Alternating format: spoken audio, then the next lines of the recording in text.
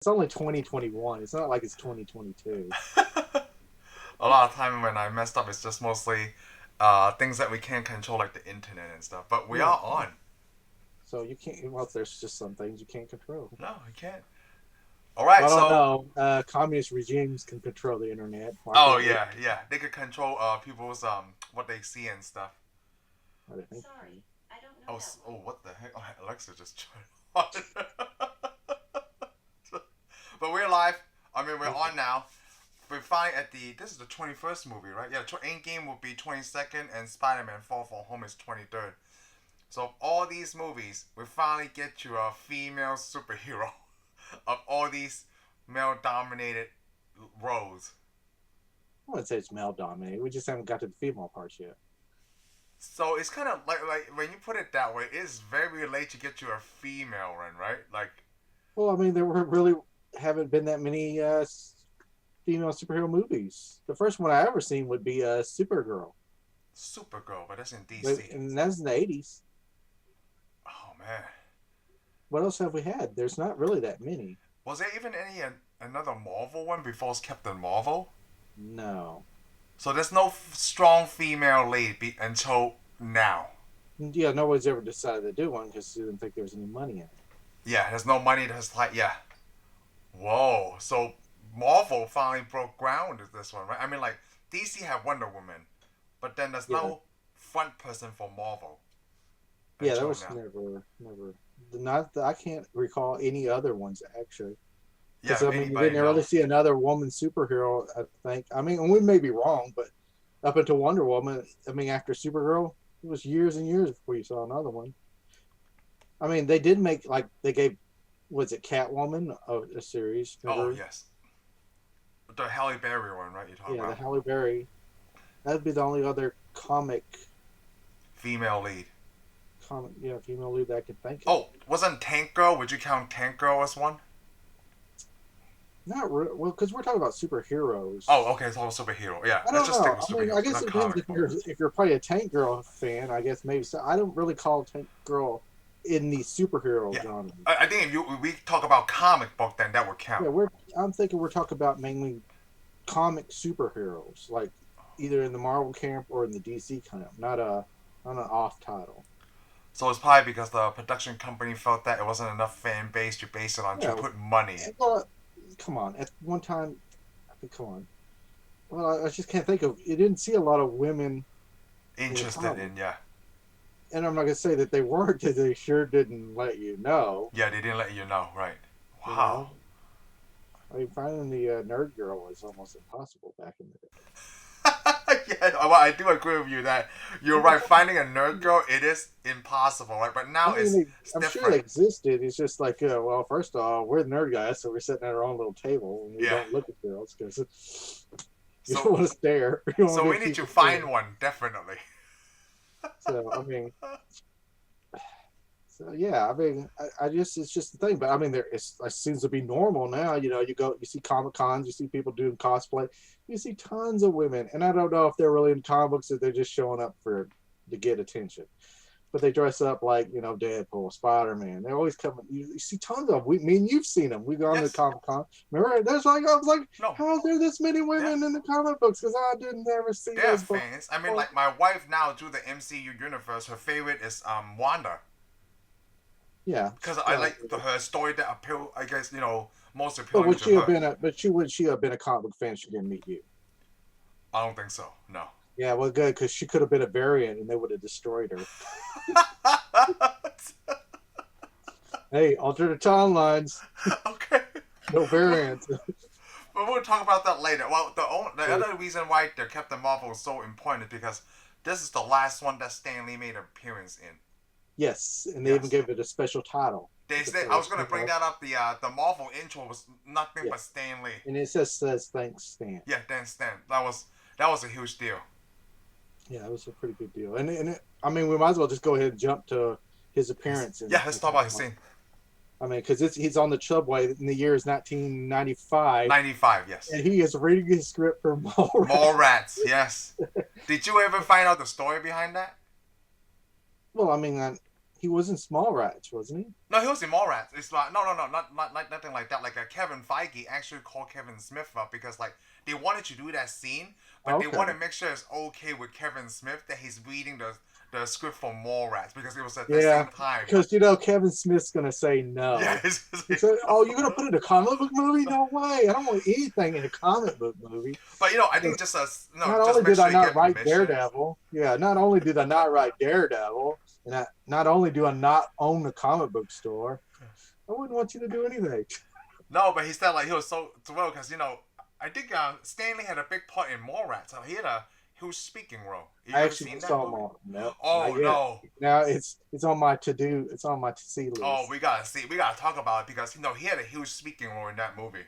Oh, okay. Yeah, I a huge didn't one. know Like that he had, it actually worked with the story and the character really well in Mallrats. So well, I don't want to it give it kind away. of turned out to be a good thing because Stan Lee passed away, and it also showed you, hey, this is where Stan Lee got one of the big roles Yes. from Mallrats, because Yeah. Kevin Smith is a huge fan. Oh yeah, it did work I out mean, that way. anybody that loves comic books is a fan of Yes. Stan Lee, because he's Mr. Marvel.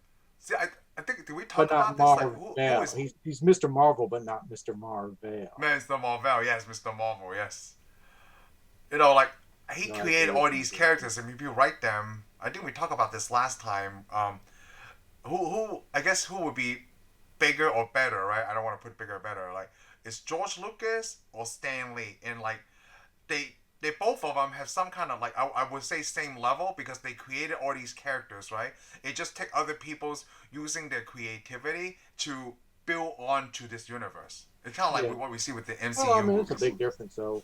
But Stan Lee was a writer helped with, got a bunch of artists together, and he made almost every character. Yes. No way, not every character. We shouldn't say that because there's a lot of characters we love now that it's not created by Stan Lee, yeah. But then it's because like a villain could have came from Spider-Man that Stan Lee didn't make, but it's because Stan Lee wrote Spider-Man. Other people were able to like create another good guy, or Elektra and Venom is not created by Stan Lee, but it wasn't for Stan Lee's character. There's no basis for these people. Yeah. Well, I mean, he was a universe builder. Yeah, he's a universe builder. So I don't know. I would never compare Stan Lee against George Lucas though. Oh, not against. Like I guess they're the people who create universes. This guy, that'd be like you could bring a bunch of other world inventors in. Yeah, you're right. Yeah, but I just don't know them. Roddenberry from Star Trek. I think I just bring up George Lucas because everything's owned by Disney. Well, those two are owned by Disney. Yeah, those two are owned by Disney now. Yep. So. No, you're right. There's a lot of universe creators, but I guess under the Disney household name is George Lucas. I mean, these are two of the biggest universes. Yeah. Now. Yeah. So I appreciate really much though. Even things are not George Lucas or Stan Lee. Like Star Trek, I like that too. There's the James Bond universe. The James Bond universe, Yep. So I mean, I guess we could name. I mean, there's not many as universes I would think there was. Now that we're thinking about it, but they're the two biggest. Yeah, the two biggest. And they're the two that brought to the forefront because Disney bought them and put a lot of money behind them. Yeah, they spend money. They spent money to make money. Yeah, spent money to make money, and they did that. Yes, they did exactly what they were going to do. So it's funny. Actually, I didn't even look at my notes. I even put here, which do you prefer, George Lucas or Stan Lee for Captain Marvel? I think it was because this is Stan Lee's last camera. That's why I put that question on. Okay, well, George Lucas universe is awesome. Yeah. It's not as awesome as the Marvel universe. Not right now. We're not comparing like this. Yeah, I mean, well, we're talking about it. That's why it's gonna be awesome. So Captain Marvel, we finally got the first, and I was always assuming that the first superhero female from Marvel would have been Black Widow's movie, not Captain Marvel. Oh, not Captain Marvel. Interesting. Well, because we saw Black Widow first. Yeah, we saw so much of Black Widow. And everybody else on the team almost got their own film. Yep. I thought, well, maybe she'll get to it, but instead they brought Captain Marvel, which is a huge part, right? Because it was the one that Nick Fury was paging at the end of Infinity War. Yes, we see the pager fall, and then. But anybody who read the comic books by the coloration should have been able to figure out who that is, the pager. Oh, yes. I even had who it was, but I mean, after I walked out of the theater, I was like, oh yeah, I know who this is now. Oh, okay. I had to think about it, but yeah. Because I remember the colors. But here's the neat thing. in this movie, well, let's point out is the other captain, by the way. From DC. No, the other captain. There's a Captain America. Now there's Captain Marvel.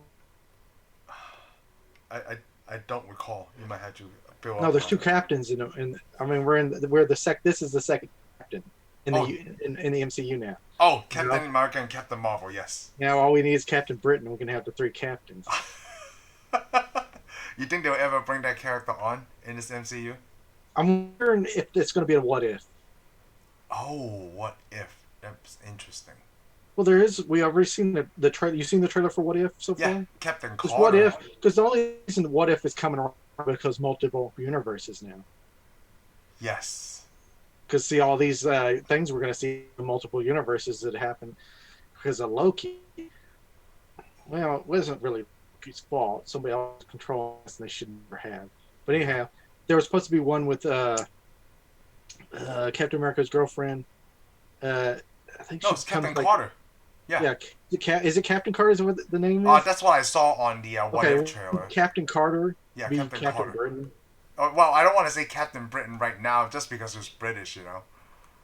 But she's got her shield has the British symbols all over it. Yes, but that's because there's also British. There's another British superhero called Union Jack. Oh yes, I do. Yes, Union Jack. So, Captain America, Union Jack. I mean, I got bust on my comic book cards. That's what she looks like. Oh.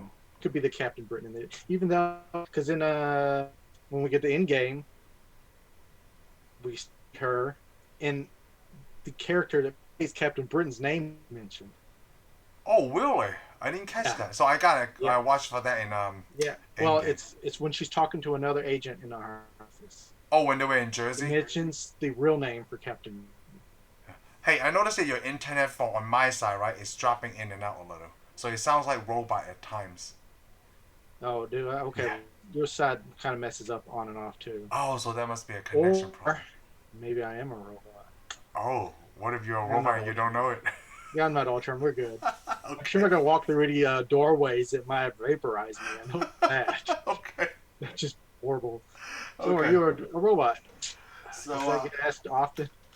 So we were talking about other stuff. So let's get with the movie. So this movie started with the I guess a glimpse of her memory.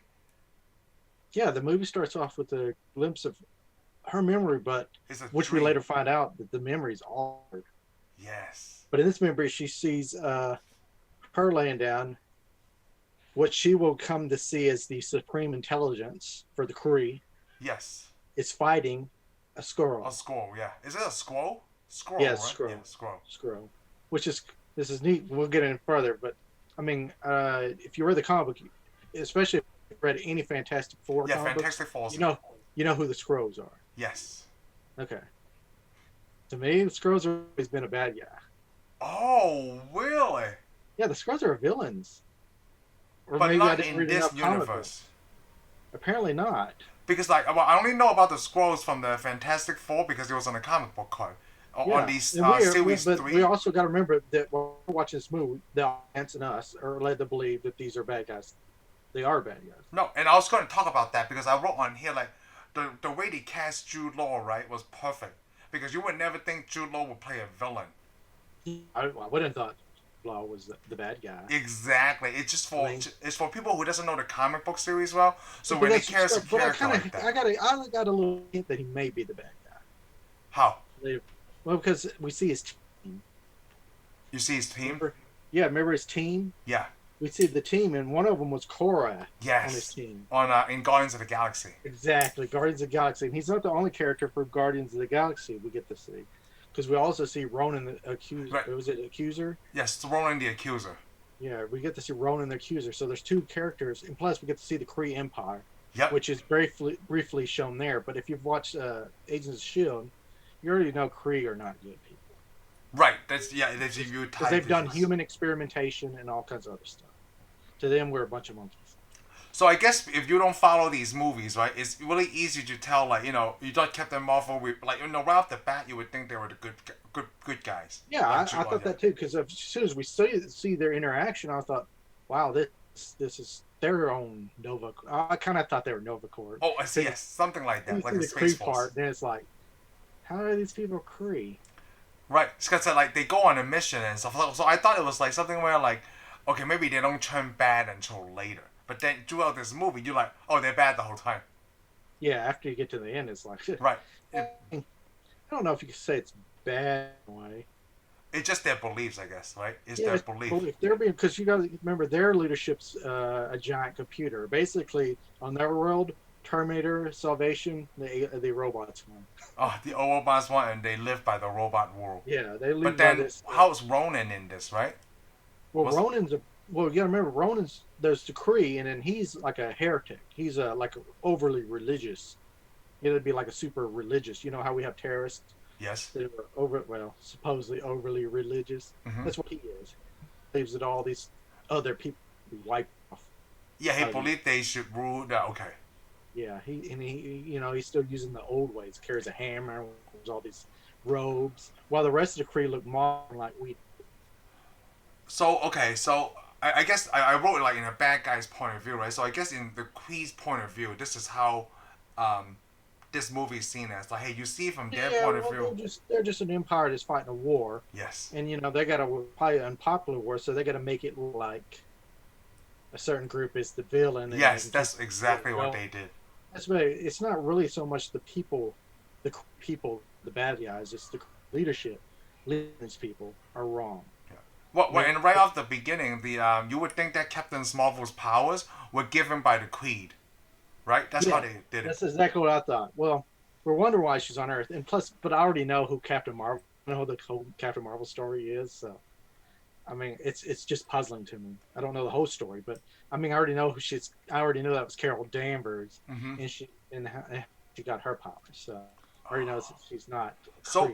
Based on, even though your like the knowledge of is limited, right, on Captain Marvel, how do you think this movie was? It was pretty good. It was pretty good. It was pretty good. It's not like groundbreaking, but yeah, it's still over a lot of other movies. I would feel. Well, this one wouldn't be no. So out of these so far, without counting Endgame and Spider-Man, right? I don't want to say worse, but with the least entertainable one would be Incredible Hulk. Yeah, sadly, it still is. It still is, right. Everything we've seen so far, The Incredible Hulk was like skippable. It's like we didn't need that movie, but we needed this one. Like, they need to have this movie, right, to bring out a very important character. Yeah. But then it feels like they didn't really need The Incredible Hulk, right, to bring that character. Does it seem? They thought they were going to do... I think the idea was The Incredible Hulk was bigger. It was bigger. It was a bigger known character. Incredible Hulk really become important or relevant to me until we got more Ragnarok. Yes. Then it's like, yeah, I would like to see another Hulk movie. Another Hulk movie? But I don't know. Another Hulk movie is going to have somebody else in it. Somebody else? Hulk needs a babysitter. Oh, like you mean if Thor was your guest star or like Iron Man, somebody else right in the background? Yeah, somebody else. Kind of like Captain America Civil War, like Iron Man was in a lot of it. I mean, I guess they could do a Hulk story on its own. I don't know. I mean, I'm thinking Ronald can carry a story better than the last. Than Ed Norton. Yeah, I mean, of course, we can't throw everything on an actor. Probably we had before. Yeah, we can't throw everything on. It's a lot of people writing, directing, everything, producing, and yeah. It's not Kevin Feige's best work. Let's just say. I don't really consider that Kevin Feige's work. It doesn't seem like it, right? Well, I mean, he was there, and I mean, I guess he could take the... But, I mean, they weren't really into it. It's just the second Marvel movie. They really didn't find their way yet. Yeah, they haven't. Because they didn't even know how the first Iron Man would turn out either. Iron Man 2 wasn't... It depends on who you are. I mean, I love it, but a lot of people don't. And that's cool, you know? Because I could see why some people don't like Iron Man. Yeah. I love Iron Man. Sam Rockwell was in it. It's so great. Yeah, Sam Rockwell was awesome. All right, so... I want to see Justin Hammer again. I do. I know. In the beginning, they had I guess they were looking at this. They went on a mission. Show their relationship, don't it? Because you remember, she gets up, she goes, and they go fight, and he's like telling her all this crap. Yeah. What is Jude Law's character's name? Yeah, Jude Law's character. Yugon. What is it? Yonrog. Yonrog. Yeah. Yeah, Yonrog. And that's when we see that thing on her neck. Yes, it reminded me of Ragnarok too, like that control thing. And I guess the audience should know that it's a controlling deal, but it does question you because it lights up every time she tries to use power. Yes. Of course, he's telling her to control all this, but typical. I'm training you. I'm going to give you this bill. Yes, that's the lie. Yeah, and of course she blasts him across the room. And because she blasts him across the room, every time she messes up, she has to see the supreme intelligence. Yes. Of course, she's talking to him. Remember, I don't even know it. She's talking to him on the train, and she asks him, "Who do you see?" We never get this. No. He tells I didn't hear it. No, because it's personal to each person, right? He may not see any of them. Oh. Who he sees. Right. Because the supreme intelligence for her is to trick her into working for him. Oh, so I wonder, does he even have to see the supreme intelligence? Oh, so it's a lie they told her. Maybe Carol is the only one that sees the supreme intelligence. Makes you wonder. We see the scene. Isn't that when she sees the supreme intelligence next? Yes, like they do the fighting. They had a little chit chat, about the. It's Annette Bening. Yeah, Annette Bening. Another big star. Yeah. I wonder if Warren Beatty would be in here. I mean, come on. I mean, no, I can't see a reason to put Dick Tracy in any of the Marvel stuff because it's not owned by Marvel. But I don't know. You can play a character, Everybody else is. Well, all we know is the next biggest names are like what I guess. Would you consider Angelina Jolie like a big name in? Yes, I actually would. Yeah. So Russell Crowe is a big name in the Thor. Russell Crowe's a huge name. Yeah, I would consider Russell Crowe bigger than Angelina Jolie. I don't know, it's because like there's more popular movies from Crowe than Jolie. Yeah, I'm not even counting like one is male or female. Not to be mean. I think she's a good actress. Oh yeah. But it's by news paparazzi reputation. Oh. Jolie's so popular. Yeah, just marketing, yes. Yeah, it's not because of her acting, which I think she is a great actress. It's just sadly that's not what everybody focuses on. No, that's not everybody's focuses on. Yeah, it's all the other bull that everybody wants to focus on that's made her famous. Yep. And that's why Brie Larson got so much crap on this. Not a lot of people think like she's famous, but not like it's because she auditioned for it and she was the best fit probably. I don't think she was all that famous, but I think she's right for the role. I mean, I know there's a lot of hate on this. Exactly. It's just because she's right for the role. It's a lot of the stuff, if you read into it, it's like, is this even true? There's no way a lot of the stuff I hear about is true. Especially all the Star Wars people are mad. Supposedly she's supposed to be in Star Wars or something. I don't know. That's a whole nother deal. If you get around on the internet or YouTube, you find all this stuff, and if you read it, it's like, this doesn't make any sense whatsoever. Yeah. You know it's a lie, and of course people are like, "Oh, this is true. I know this is true." I'm like, "How do you know this is true?" Marvel and Disney keeps Star Wars Marvel very close, and unless you're like kin or a blood brother to somebody, you don't know. You don't know unless you're the writer, yeah. Because most of these people are not Five Rose brothers or sisters, so they don't. I mean, like they went through so much to cast Captain America. You think they're just gonna pick up whoever they want for Captain Marvel? Yeah. Like even Spider-Man, all these roles they went through. Like, hey, you come here, play this role. Okay, it's not that simple. It's not that simple. You look good. Play this guy. Here, the neat thing though is did you see it? Because she was in 21 Jump Streets where I first ever saw her. Yeah, me too. And in the second movie, I know really because she's been in a lot of other acting movies. The only other movie I'm like way into that she's in is Kong Skull Island. Oh yeah, that's right. You said that. She's with Loki and Nick Fury. Yeah, you know what? I have no idea what she's been in before besides 21 Jump Street. No, it doesn't matter. All you need to see is 21 Jump Street Skull Island. Oh, she was on 13 going on 30. Yeah, we don't care. Just keep on going. I mean, because the only reason I poured out Skull Island is because it's got Nick Fury in it and Loki. Oh, it does? Doesn't it have John C. Reilly? Yeah, but he's not in the Marvel Universe. Oh. Yes, he's Guardians of the Galaxy. I forgot. John C. Reilly. Okay, so she's in there with a lot of Marvel people. Oh, okay. So I'm just saying, she stars along with Nick Fury in this movie. Yes, she does. So it's just that basically her and Samuel Jackson in this one. And yeah, let's talk about that. You won't see Loki though, because Loki's dead. So they modeled Samuel L. Jackson really well, like the only one I can think of is Die Hard with a Vengeance. He looked exactly like he was from Die Hard with a Yeah, Vengeance. that's But probably like, where they. That's what I was. I didn't think about that. I was trying to figure out where have I seen him before. yeah, it's Where not where as did they skinny get this? though. Yeah, where did they get the image from? Yeah, it's It Die probably Hard is. with a It's probably Vengeance. right. Die Hard with a It's Vengeance. it's the same hairstyle because they've tried to figure out like what's a Samuel L. Jackson like, and the other one is Jurassic Park. We Jurassic got Park, him had the same style. okay. Well, you got to remember this movie takes place in 1995, Yep, 1995. which is awesome. If it doesn't say that, no, if anybody's wanting to know how I know it's 1995, it's because Pegasus Projects in 1998. No, 1989, and then everything's happening 6 years after that. Oh. Yeah, I did the math while I was sitting there. Since if if you watch our next show, you're going to see 1995 was a busy year in the Marvel universe. Yes, it was. Mothercraft happens in Ohio. Yes. We'll touch on that in a bit. Yes. So while that stuff is going down in Ohio, what is she? They're going to go hunt down. They had like a spy on another planet. Is what they're going to go hunt down. Yes. And the team. That's where we see Koroth. And if anybody's watched Guardians of the Galaxy, you're like, oh, I know that guy. Yeah, that was the same thing I thought too. Yep. Yeah. And he's a bad guy. Yeah. Yeah, but I was just thinking since there's so much time, right? He got to change profession. No, I mean, yeah. Well, I mean, he works for the Kree, but if you, like I said, Kree are not good. Yeah, Kree are not good because we just know him from Ronin. You already saw something's wrong. Plus, watch about Captain Marvel. I know Captain Marvel's not a Kree leader.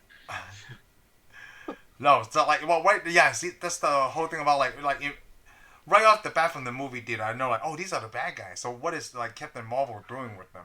Yeah, well, so that was really good with the story. Yeah, but of course, because like me and you read the Fantastic Four, we know the Skrull are the bad guys yes. too. So I don't have one of them was married to one of them, married to a Skrull. Yeah. So I don't have a problem with exactly. Maybe we'll see that one day in the future. But there is Secret Wars. See, I'm thinking that they're going towards Secret Wars, so I don't know. With the introduction of She-Hulk. Though, it's going to be the Skrull. Yeah. Which, nowhere in this movie do we get to see Impossible Man. No, I don't know who that is. Impossible Man. Okay. It's another type of alien that's like the Skrull. So did they introduce anything that we haven't heard of from the MCU to this point? Like Captain Marvel, besides bringing on Captain Marvel, right? We saw Nick Fury. We saw Agent Coulson. We didn't see anyone that like, oh, we've seen this guy from whatever, besides like the bad guys, something like Ronan and the other guy. Yeah, well, the new people, I mean, the main new people, though, would be Monica, the little girl. Monica. She's actually, if you read the comic books, she is the first human to become Captain America. I mean, Captain Marvel. Captain Marvel, yes. But now, in this story, she's younger. So she's younger. It's kind of like the Ant-Man deal, Hank Pym and Scott Lang. And, of course, the mother, what was her name? Moria. Yeah, she becomes the head of S.W.O.R.D. Oh. Yeah, she's the head of S.W.O.R.D. I didn't know that. We learn all this in WandaVision. Oh, that's right. That's right. Yes, her mom passes away though, but yeah, bitterness too. Oh. But anyway, they're best friends with Carol Danvers. Yes, they're both worked on the same project. Was Project Pegasus. Pegasus. By the way. You know where we saw Project Pegasus, right? Avengers. Yes. Remember the underground facility? The underground facility, yes. Project Pegasus. It says on the sign, NASA, Joint NASA, blah, blah, blah. Yeah, it says Pegasus, yep. Wow. That's it. Because it was working with the Tesseract. Exactly. So they continued that research. Oh my God, it's connecting for me now. They got the Tesseract away from S.H.I.E.L.D. at some point. Yeah. Took it to outer space and eventually ends back up in the Flugen. I don't know what it means in German, but Flugen. Yeah. So, but yeah, they get their team together and they got to go to the special world, extract a spy. Yep, from of course, this is when we first see Ronan the Accuser, and they get him to bomb the planet while they sneak in. Yes. And hunt down these people. Of course, aliens they thought were refugees turn out to be Skrulls, and they take Carol Danvers prisoner. Yes. And that's when we meet the main Skrull. What was his name? Talos. Which actually this won't be the last movie you ever get to see Talos in. No. Talos will be a recurring character, which is awesome because I like this character. I like Yes. it. Because So, like also so like right now it's so random, right? We didn't know who is who, but we did know that like Kui is the bad guy. So in the beginning, right, when they have her strapped up, like they catch Vias, or let's just call Captain Marvel, right? And they have her upside down, trying to dig into what she knows, right? But the way that he speaks, she breaks out of the thing. They go through her memory, and I thought that was really weird, right? When they were going through her memory, they could put. It feels like they were putting stuff in her, but it's just basically like, hey, let's rewind her like a VCR and just yeah. keep putting that scene on. They're just watching it like a VCR to get get some information, Yes. and they're after Carol, Annette Bening's character. Yeah. And then What's you her name? hear them. They're like, rewind it. And it's just going over. She keeps repeating the same thing and then moving it over. But they want to see what her name was Yes. and what's on her jacket. Because remember, they go, can you see it? Can you see it on that jacket? Yeah. Of course, Carol. I mean, of They course, keep she telling her turns to off. look down, so like she's like being mind controlled in her memory. Because it was like she was an antenna or a television station. Because that scene. Because after it blanks on the screen, that one little scroll walks over and starts tapping her. Yeah, tapping on the head. And it blinks back and goes, hey, whatever you, because just like when you're outside, remember those old days where you have to move with the antenna? Whatever you did, do that again. You bang on the TV. Like, that's what they're doing. Like, hey, that's fucking right there. Yeah. I don't know what you did, but whatever you did, do it again. Push. You blast loose. Yes, they blast her loose and they had a fight scene, right? And it's so funny when Talos was speaking like, oh, leaving so soon? We were just getting to know each other. Hey, when you talk like that, you sound like a villain, okay? Sound like a villain. And because she's his villain. Yeah. Remember, he is her villain. Yes. So that's why we see it that way. Yes. But yeah, because we also remember she is the villain too. Oh, I know. Because I mean, he thinks she's pretty bad, and of course, she's an escape pod. He shoots it all up. Well, before we get to that, we want to point out that because, like, hey, we briefly talked about it, and she's like, "What did you put in my head?" And he's like, "Well, nothing that wasn't already there." Okay, yeah. Well, that's because she doesn't know all the memories. Yeah, she doesn't. So you think that they did something to her mind? Yeah, up to this point, all she can remember is being injured, laying in a Crete hospital. Yep. And that's how getting she came to that. a blood transfusion. So I want to ask, like, so when they do that, right? They don't have to make sure that a human can breathe the air. They never go for that. Well, I'm sure oxygen breathing creatures too. Well, I don't know. I mean, like, they grant you Earth. Because obviously, if she's on their planet, she's oxygen breathing creature. And I guess if Jude Law can be on C-53, he's an oxygen breathing creature too. No one has to wear masks. Yeah. That's what I'm trying to figure out. Nobody's wearing masks because we do see when they get out of space, though, they got their masks, their helmets for. Yes. So no one. So at least, yeah, everybody can breathe. Yeah. So nobody's Star-Lord in this movie, okay? No. So they all got their helmets. They got the little space helmets. Yeah. Okay. Good. And of course, so we see, yeah. So I mean, I guess that was a good question, but yeah, everybody in the Marvel universe pretty much breathes oxygen. Okay, good. We got that out of the way. So scientifically, everybody breathes. They don't have to say it. Just you have to breathe oxygen. Yeah. Okay. And we'll see about the language. The language is worked out too. Yeah, the language is worked out too. Which is funnier if you're a Star Trek fan, but since one of us isn't. Well, I get it. It's because in Star Trek, an alien race speaks a different language right off the bat. Right? Well, they have a universal translator. Oh. The universal translator, remember? She walks up to that guy. I'm sure he's thinking, Star Trek fan. Yeah, so see, that's the thing. And so are you saying that Star Wars only when they got it right because they have C-3PO, human cyborg relations, so they could translate languages, but they just did the shortcut and put it on their wrist like, it's my universal translator. Everything you hear is automatic translate into English. Also, it's like that using that Google where you aim it at the sign. Yes. If it's one language, you'll change it in time. Basically, this is what it does. Oh. So anyway, she crashes through a roof of a blockbuster. I know. So if anybody was in question of the time period, it's not now. And she gets up from the blockbuster, right, and she shoot at a poster board of this awesome movie. I'm showing True Lies, the DVD. Clean off. I'm holding a DVD copy of True Lies because that's the only digital copy. I think they just have a release it on digital on Amazon. Do they? You cannot buy the digital, but they don't have a Blu-ray copy of Blu-ray. I mean, well, it's so secretive. I mean, he's a spy, so you can't have that. You think that's what that was? You think that was a notch? It's just I don't know. Somebody's got a problem. There's a whole lot of movies that need to be on digital that aren't. Uh, Strange Days, Yes. Toys. They need to hurry up and catch up. Come Yes. on, give it the times. It's 2021. And True Lies, yes, definitely. Yeah, and True Lies. Even though it's not my favorite movie, Oh, it's not my favorite. It's a good movie. it's a good movie. Yeah. It's Schwarzenegger. I like so we try and keep it PG-13, right? I love it when she was able to make communication with her group, and at the blockbuster when she talked to the security We guard. don't go too far because we also want to point out when she's walking through the video store, she picks up a movie. Oh, I don't The remember Right that. Stuff. She picks up the movie, The Right Stuff. The right stuff. You know, about training to go to space. Yes. Air Force pilots. Oh. Then she walks out of the building. The first thing she sees is some security cop. Yes. Car. So she walks. He's still in shock. Yeah, he just walks up to her, knocks on the window, and he rolls the window down. She's like, "Are you the security guard for all of this?" He goes, "The theater has his own guy." Yeah, they did have his own guy, just that. At first, you know, he's not understanding. And that's when we hear the universal translator. Yeah, it's because he's You know still what in that guy's shock. thinking? Oh my God, a Trekkie. He's got the spacesuit on. He looks like a person who isn't into the sci-fi. No. And He's just like, what's this just is where the happening? communication from. Where can she get communication equipment? She points to another store we don't have anymore. Yeah. A Radio Shack. Radio Shack, yes. Too bad they didn't make it. This movie could have stayed Blockbuster, and no, it couldn't. No. Blockbuster and Radio Shack. They're dead. But anyway, she just walks off. So that's when we get. What do we get to the next scene?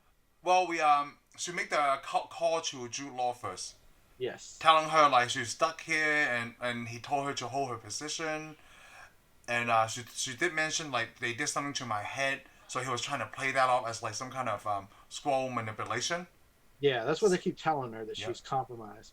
Even though, you know, I mean, even when she's talking to her, she's getting this feeling that something's not. Yeah, something like she's trying to get like, hey, what are you not telling me or something, right? Like Exactly. Because remember, she even tells him about the doctor, the scientist, yes. and he's like, I can't tell you about that. Yeah, he can tell. There's only so much I can tell you. And then of course, knock window behind her. Oh Well, actually, no! too, That's it's next awful. morning though. Like that, I want to go over that line they said when Jude Law tell their team like we had to go to C-53. It's like 20 something hours, and then one of the girls are like, well, I think she's a girl. She looks like a girl in alien form. She's like, have you ever been to C-53? And she's like, yeah. What a You know who that is? I want to point that out. You know who that actress is? No. It's Gemma Chan. Who? Gemma Chan. Gemma Chan. Why is that so familiar? You she's- talked about her before. Oh, you know why? Because she's going to be in the Eternals. She plays another character now.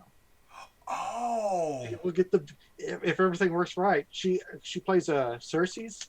I think it's Cersei's, and Cersei's an Avenger, or at least works. Really? So yes, she's one of those people that's been in the Marvel universe twice. And so does Michelle Yeoh. That's the other one. So are you talking about so far Chinese women can be in the MCU universe twice?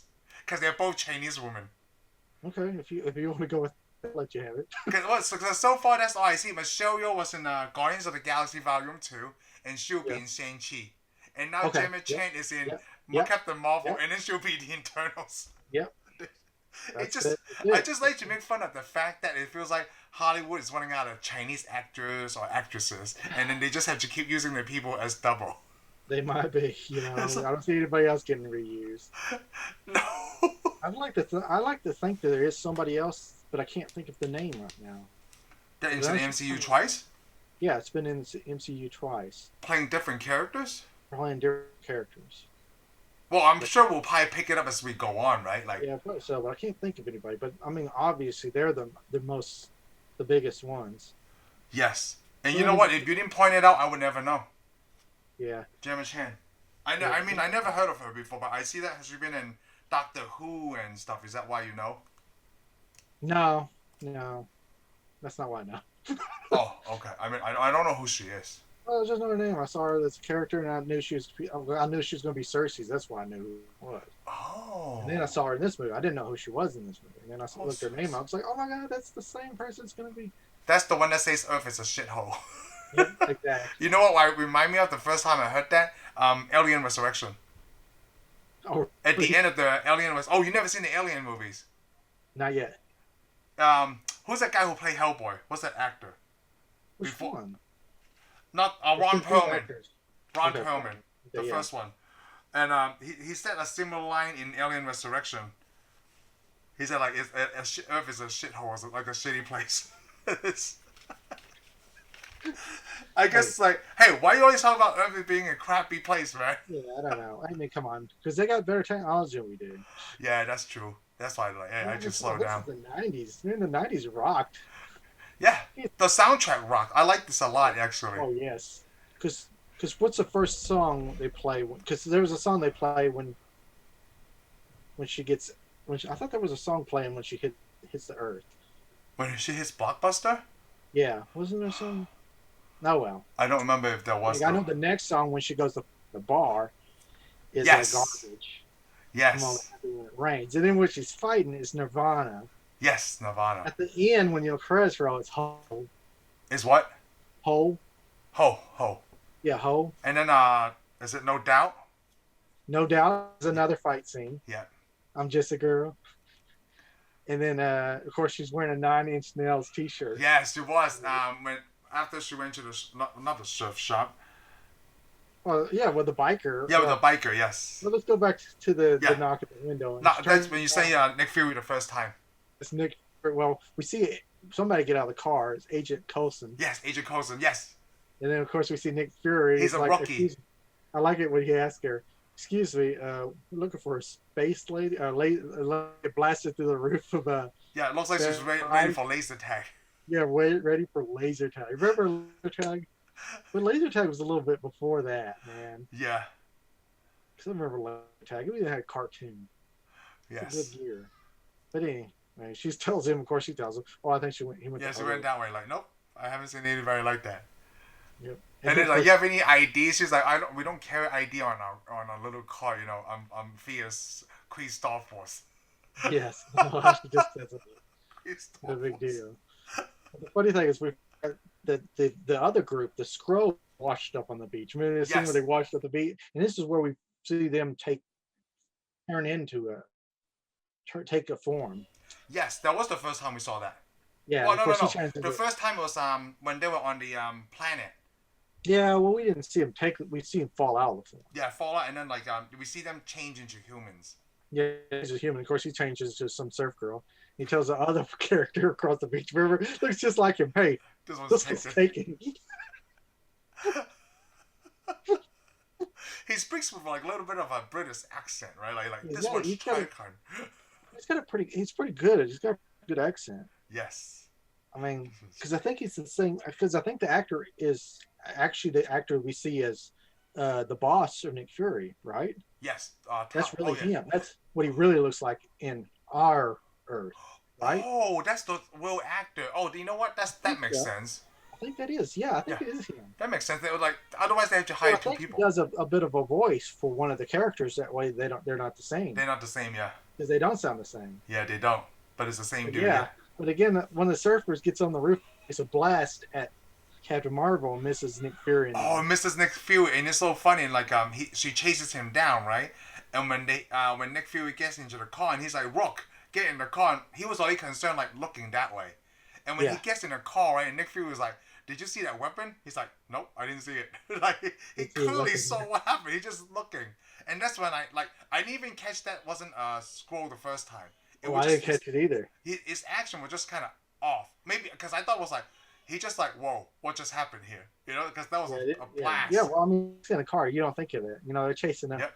He's chasing him down. Of course, one of the Skrull, like the surfer guy. Here's what I almost never noticed this. Okay, you see the Skrull. He's running up on the train. Yeah.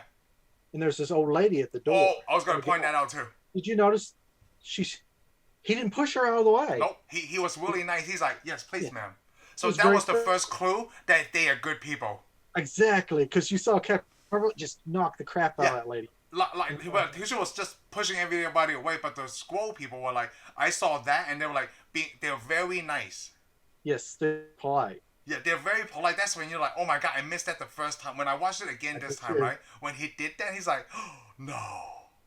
Oh yeah, because I missed that whole deal, and I was like, these people, they actually care. Yes, because they're nice people.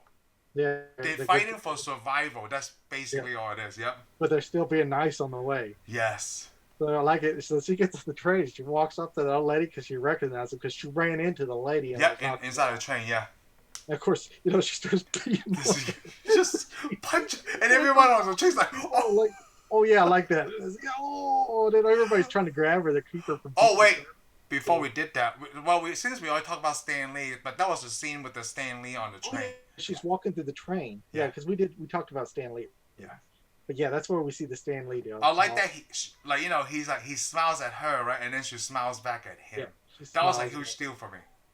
Oh really? Well, because I think at that part, I guess I don't know if they reshoot that or just add that in later, but that just felt right that she smiled at him, right, because it's Stan Lee that we're looking at. Yeah. Yes, basically, there's the creator of the Marvel Universe. Yep. Go on, but damn, I'm gonna go instead of beating on that man, I'm gonna go beat on this other. So you just punch her right in the face, and then they had this fight scene, right? But if I was me, I was like, dude, I don't think we need to help that old lady. But the people on the train were pulling her back. Yeah, that old lady's jumping around and just beating the crap out of her too. She's jumping around that handrail. Holy crap. Doing kind of flips and stuff. Maybe she punched her for a reason. Of course, the scroll drops something. She picks it up. Yeah, like some kind of a rock, like a glowing purple blue rock. It's like a memory file or something. Yes. But she continues to chase her, and that's when we see the Kree is changed it. It's changed it to there's a. Oh, one of the guys on a red sweater. Red sweater. Yeah. I was looking like, no. Yeah. That would freak me out too, dude. I'd get off the train. Because that's so weird. He jumped off and she lost track of him. Yeah. Well, of course, she stops the guy with a red sweater and it's not him. Yeah, and then that's when you find out when Coulson trying to call Nick Fury. He's like, hey, sir, I'm still at the video store. way ahead, though, because remember, they're running across the top of the train. They're knocking pieces off. Yes. That's when we see Nick Fury in his car, driving his metal hits it. Of course, that's when, hey, Fury, this is where'd you Coulson. go? I'm still at the video store. The video store. Of course, he looks at the other thing and bam. Yep. That's when that's when you get confused too, where the Skrull trying to attack him. Yeah, the Skrulls trying to attack him too. Yep. They're basically after Captain Marvel's all they want. Yes, that's Captain Marvel's all they want because she has information. Yes. Yep. Or they think she's got some information. She got something. She got something that she doesn't know. He has that wreck, and he kills that alien. Yes, the alien died. He got freaked out. Yeah, he gets a little freaked out. He didn't get as freaked out as I think he should. Because that was the first time he's seen anything like that. Because he talks about that, they've never seen this before, That's right? what he says later on. But I was thinking that originally. I was thinking, well, maybe they have seen stuff like this. No, at the autopsy, right? Remember at the autopsy, he was like, did you believe this lady? Well, not until I saw him. I saw this guy. It's like, so they. I guess that makes sense. But the thing is, I'm wondering how much do they know? Because at this time, Peggy Carter's still running S.H.I.E.L.D. I mean, this is 95. You need to talk more about that to me, Yeah, I think that's so, because we saw in 1988 is when Ant-Man got mad and stormed out of there.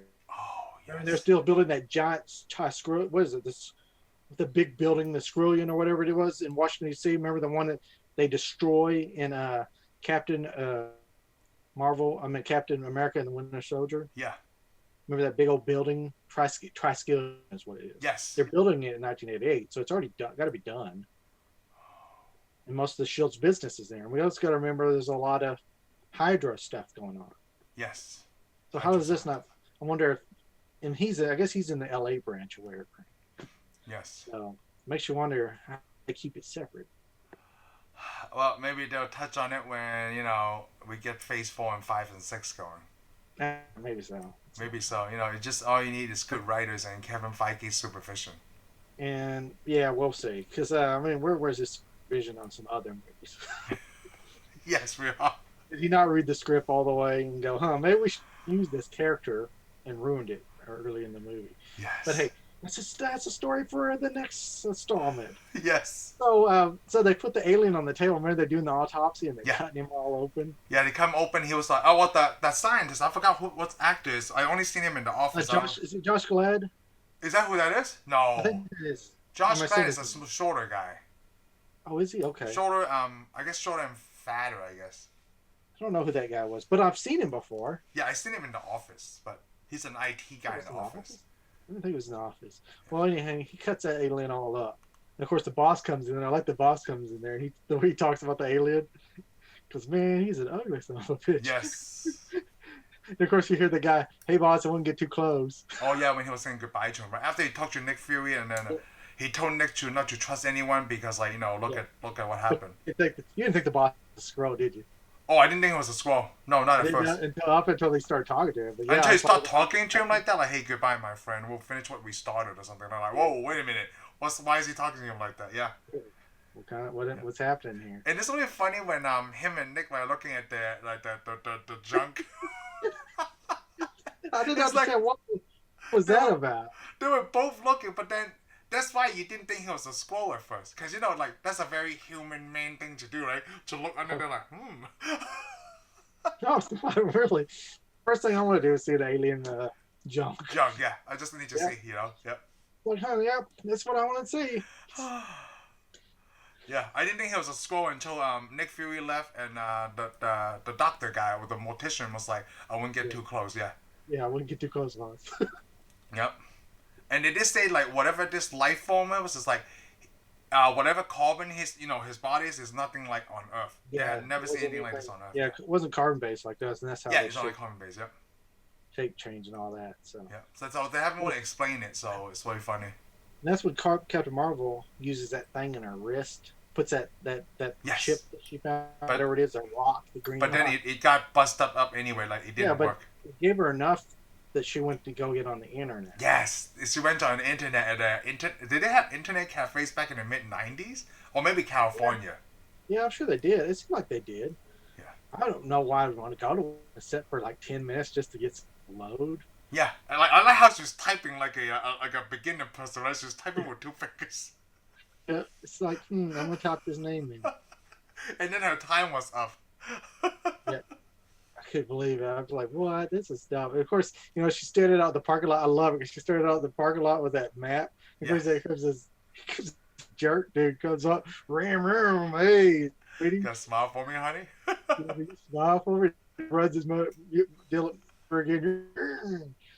I like that she changed too. Like she's still clothes and the dude's motorcycle. Yeah, she just takes the clothes and takes that jerk's motorcycle. Oh, because she's heading to That's when we get garbage. Yes. When she's driving down the road, of course she pulls in to this bar. Oh yeah, because that's what she remembers. She drove into this bar. She asked about like, where was this picture taken? The dude is like, the airport.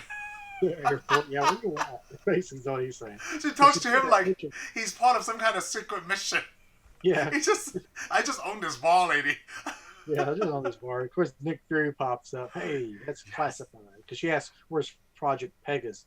Yes. Like I said, that's from first Avengers movie. Yes. Of course, Nick Fury, hey, that's classified. Of course, we know why Nick Fury knows where she's at. Yes, because when the autopsy, they heard about the report of a woman that's with a stolen motorcycle. Yeah. Yeah, but also she got on the internet. Oh yes. If you get on the internet, yeah, or nothing to hold. Yes. You know where you're at. And now in the now Captain Marvel. So there, then it has this weird. To me, this scene was kind of weird, where he just sits down and they just start talking like it's no big deal that you might be from space. Well, they start talking about the interview first because you did warn him like, how do I know you're not one of them? And he's like, what did he say? He said he's a wet blood American, right? And then he says something about. How do I know you're not one of them? Yeah, and then he shot that thing like, that doesn't show me anything. That's a proton blast. Skrulls can't do that. Yeah, he's just sitting there like, so, yeah, they can't do that. Like you're supposed to know this information. He doesn't know that. You're supposed to know that it is information. But we get an information on Nick Fury. Yes, we do. Basically what the story is. And it's all it is. But it's not like it's that important to the story. No, it's not. And also, this is the first time we've seen Nick Fury very mild-mannered. Yeah. He's not like anything like the Nick Fury that we know yet. No, because he grew up to be untrusting now. Because he doesn't know... Well, I could say that. Because remember, he was a colonel. Because we learned that he was a colonel. Full colonel in the U.S. military. So we know that he was in the military. Yeah. And I guess if you want to see the things where he's in the military, you got to go watch the movie Basic. And then you got to watch that movie where Tommy Lee Jones and him are in Vietnam. And then you'll Nick Fury story right there. Yes. Oh. So you gotta watch Basic and all those stuff. That's Nick Fury. That's how he came in. Okay. Yeah, you didn't know that, did you? No, I'm I glad I was didn't. here to help you. Yes. A helping hand. Yeah, Everybody needs to write that down. Tommy Lee Jones saved him, and he got his career back when he was fighting over there in the Middle East. And of course, to get into the spy deal, he had to go with John Travolta through Basic and do the spy thing, and then boom, they're like, "Hey, why Wow. don't you join us, Shield?" Huh. So, and then he's like, "Hey, I'm cool with it. Just don't cut my toast diagram." so, so they had their little interview It's and they born in drive to Huntsville, there. Alabama, unofficial. So they did that and they drive to the air base. Yeah, they drive. Well, yeah, he just says, "Hey, hop in the car," which is strange. Hey, I don't know who you are, but let's go to this. Yep, but let's go to this. Like, I don't know if I can trust you, but let's do this. Like, Yeah. I guess in a way he's trying to find out what she knows, right? But also, we learned something that doesn't make sense. And I don't know if people can do it the other way, but remember when they're driving up and push the button, hey, Nicholas J. Fury. She's like, Yes. "You got 3 names?" Nicholas Joseph. Yeah, and she's like, "Oh, you got 3 names." He goes, "Hey, I only got 1 name. It's Yeah, Fury. it's Fury. Everybody calls me Fury. What's your mom call you? Fury. What's your kids? Well, when I got kids, they'll call me Fury." But here's the thing now, and maybe this is supposed to be the scroll thing, but I don't think it is. Maria Hill doesn't call him Fury all the time. Tom director, right? I'm pretty sure he calls him Nick. I don't think so. I'm pretty sure she's called him Nick. You wouldn't. I don't think they like because they take command. I don't think she ever called him by name. Huh, well, How did we watch so much, right? And then no, she says sir. Well, I'm sure that, but it seemed like she called him Nick before. Really? In Avengers. I don't think so. She always says sir. Okay, well, we'll have to see. You know what? I mean, I'm just gonna I go back to watch her scenes to see what she says. I think it's just sir. It may be. I thought she called him Nick once, and maybe it was only in Spider-Man: Far From Home, which we know why in that one. Huh. But I wondered if she called him earlier Nick. Like in Avengers and like she was in Winter Soldier. Yeah, it'd be that Avengers and Winter Soldier. It seemed like Age of Ultron. Oh yeah. You have any scenes with him? I can't remember. No, she did the coughing thing, testosterone, and I don't think she had a scene with Nick Fury. Huh. Okay, But I think it's just sir. It's just respect, you know. Nick. But I could have sworn she called him Nick. Yeah. But you know what? It's just a little thing, Fury, so that way we know the skull thing later. Yeah, exactly. Yep. But I just, it's got to be right in all the other movies. Yep. So they get I was gonna put like, hey, you ever heard of the term welcome wagon? No, well this ain't it. They're sitting in a room waiting. Well, the first they go in the project, they meet the security guy. Of course, she's wearing the hat, with the Shield logo. Yes. So apparently she's official like you are. Yes, exactly. I got the Shield shirt on. That's right, I'm official. You got the Shield shirt. So at the merch store, No, you're not somebody's cousin or somebody's little. I want that hat because it's the only one that like this is the symbol, right? When Nick Fury shows the shield in the beginning, like when they crash the car, it was this original shield, and the hat is this one, the '90s symbol. Well, yeah, we also see this symbol gets used in the first Iron Man. Yes. When Coulson flashes his badge, he's still using that one. Mm-hmm. And I think it's in Iron Man 2 when Tony Stark's sitting at the table. They're doing the Avengers Initiative. Yeah. This. We get the new shield because, yay, thanks a lot for Agents of S.H.I.E.L.D. Oh. I think so. I can't remember if the helicarrier had a different symbol or not. Yeah, I can't remember. I think the helicarrier had the new symbol. Had the new symbol? Okay. Sitting back behind the table. But yeah, I remember 2 had that symbol too. Okay. Oh well. Since we've getting a history lesson on Agents of S.H.I.E.L.D. Well, the neat thing is, so they go find they break out of the room because, Nick Fury did the tape thing, yes. Super spy skills and uses the tape to get the guy. MacGyver there. Yeah, and they break out. They did that with they run down the hallway, and that's when they see the little cat. The cat, yes, Goose. So, Goose actually showed up before this. Because when she thought of Annette Bening, right? Like when they went through her memory. Yeah. Yeah. So she knew that she's seen this cat before. Because it still got the same name. Of course, found out Nick Fury is a cat man. I wrote that too. Like, I had never knew that Nick Fury was a cat person. Because he but it makes sense. Come on. Because he's busy all the time. cats are good pets for people that are busy and they're at Oh, home all the time. you're Take care of right. yourself. I mean, Nick Fury couldn't own a dog. There would be chewed up doorways and dog crap all over the floor. So- And, I mean, you sure don't want to get somebody to walk your dog because they'll tell. Dog walkers talk, man. I They'll be love like, that. "So who you were? Oh, I got this agent. I work for this agent." I love that. I Yeah. love See the that. cat. Nick Fury is a cat person. Yep. See the cat keeps cats are quiet. They don't tell on you. I mean, I had a No. cat. When somebody come up to the door, you know what my cat would do? Jump off the couch, look at me, he's like, "Hey, come on, let's go hide under the couch. It's safer." See, a dog would bark at the door, and then everybody knows you're home. Yeah. Now my cat's silent, so nobody knows. So if somebody I didn't open the door for you, my cat told me not to. Yeah. Oh man, it's so funny. So he's a cat person, and that's when Captain Marvel told him like, "Come on, Nick, let's go." And then, okay, let me get my tape. And then she shot that. I was like, "You watch me play with tape, and you could just." Yeah. He looked like he did a Mega Man. Like I didn't want to steal your thunder. And of course, they go in a giant records room, Yes. which Pegasus is all underground, so they're going. Each level's going down. Mm. Remember, so they'll get in the elevators, so they're always going downward.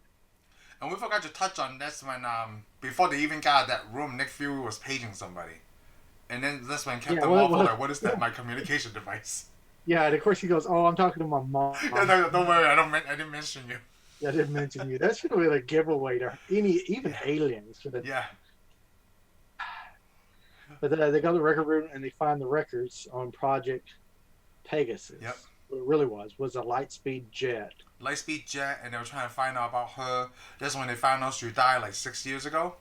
And then Yes. Nick Fury thought like, well, maybe they didn't talk about it because she was cuckoo, and she was writing in the Crete language. Yeah, she's all over the place. I mean, do they not write organized? They look like they're writing like Ferengi on stuff.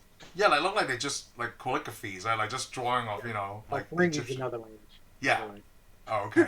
I didn't know that. I'm sorry. It goes in little lines like this. Yeah. But they don't write it straight across. They write kind of Just Yeah, all over the place, not like up and It down. looks kind of like that. Yeah, it looks like we see Cree. So I like that, they for this movie, right? Someone had to sit down and write all that stuff in a notebook so that way they could have it for the shot. Oh, I would love to have that job. it's like, hey, it doesn't matter if this makes sense or not because no one's going to validate it. Yeah, well, there's somebody sitting on another planet watching. That's wrong. That's nothing but filth. Like, oh, What are these humans writing? or it could be like, oh, these people are very dirty. These people are dirty. You're gonna have to. They're gonna have to blank out the image for the movie and the rest of their world. Yes. All right, good to go, humans. No wonder we're the crappiest planet in It's the such, universe. it's such a Yeah. huge deal for the shot. Yeah, such field. But also we learned that she's dead, and they probably covered it up because they basically lost something. Yeah, they bought like something like probably expensive or they, So that's apparently why nobody wants to talk to them either. Yes. Because they're like, we've been down here for like 6 years having this Project Pegasus, even though the Pegasus piece is not here. And you know what's really funny? Like we talk about science, right? Like they were underground. How was he able to get a signal up with that pager? You know what I mean? Well, sure, it went through the special signal for SHIELD agents. Oh, that's good. I mean, come on, yeah. You got to go onto their system and it sends it out. Yeah. So. And you know what's really funny? Like before the other SHIELD agent came to get Fury and Danvers, right? The guy who put them in there never went back to check. Like he's just gonna be, I'm gonna lock him in there. I'm just gonna go to lunch. Well, he went to go eat, man. Yeah, that's why I just said he went to lunch. Like I said, it's Project Pegasus, right? Yeah. But Project Pegasus is the Tesseract.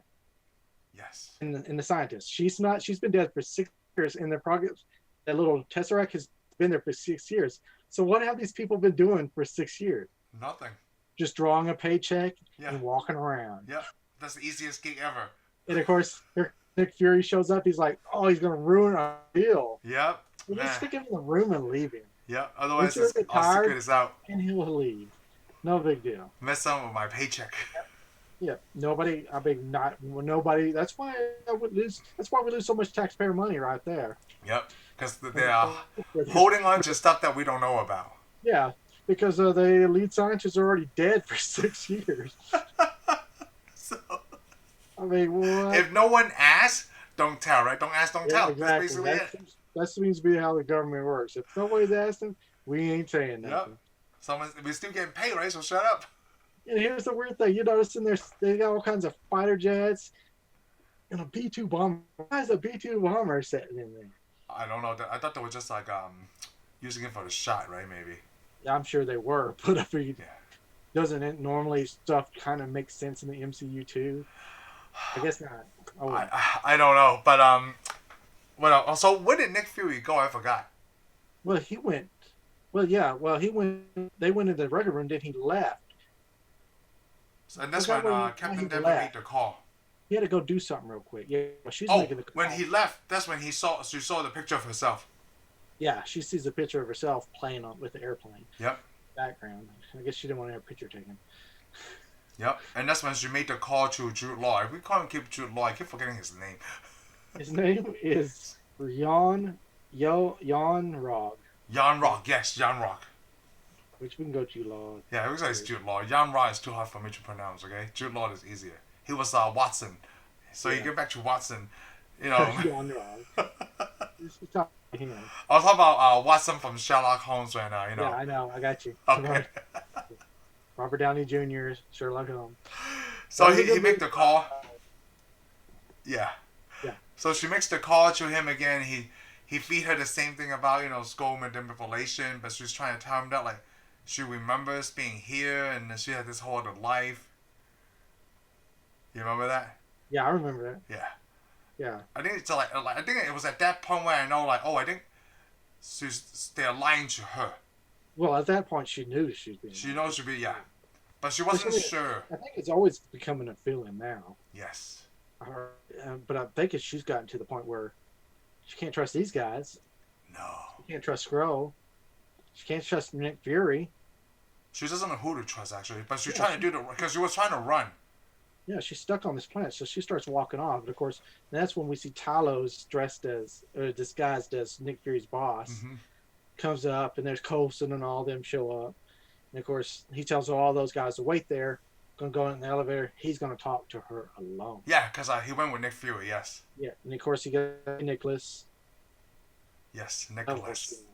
And then that's when he was wondering why would he call him Nicholas, and then they set the keyword like just like we did in Havana. Yeah, he says that, and he's agrees with him. Like, come on, if somebody says something, maybe you shouldn't just agree with him. Well, because he doesn't know though. Yeah, he doesn't know the memory. If I was disguised as somebody, I wouldn't go just along with somebody saying that, because then they may know I'm gonna hide from him in the elevator. Well, it's tough to say because they're like maybe he's saying something that is true. I'll get top secret agents. That's all I'm saying. I'm getting off that elevator alive. Yep. But he's smart though. He do the different floor thing.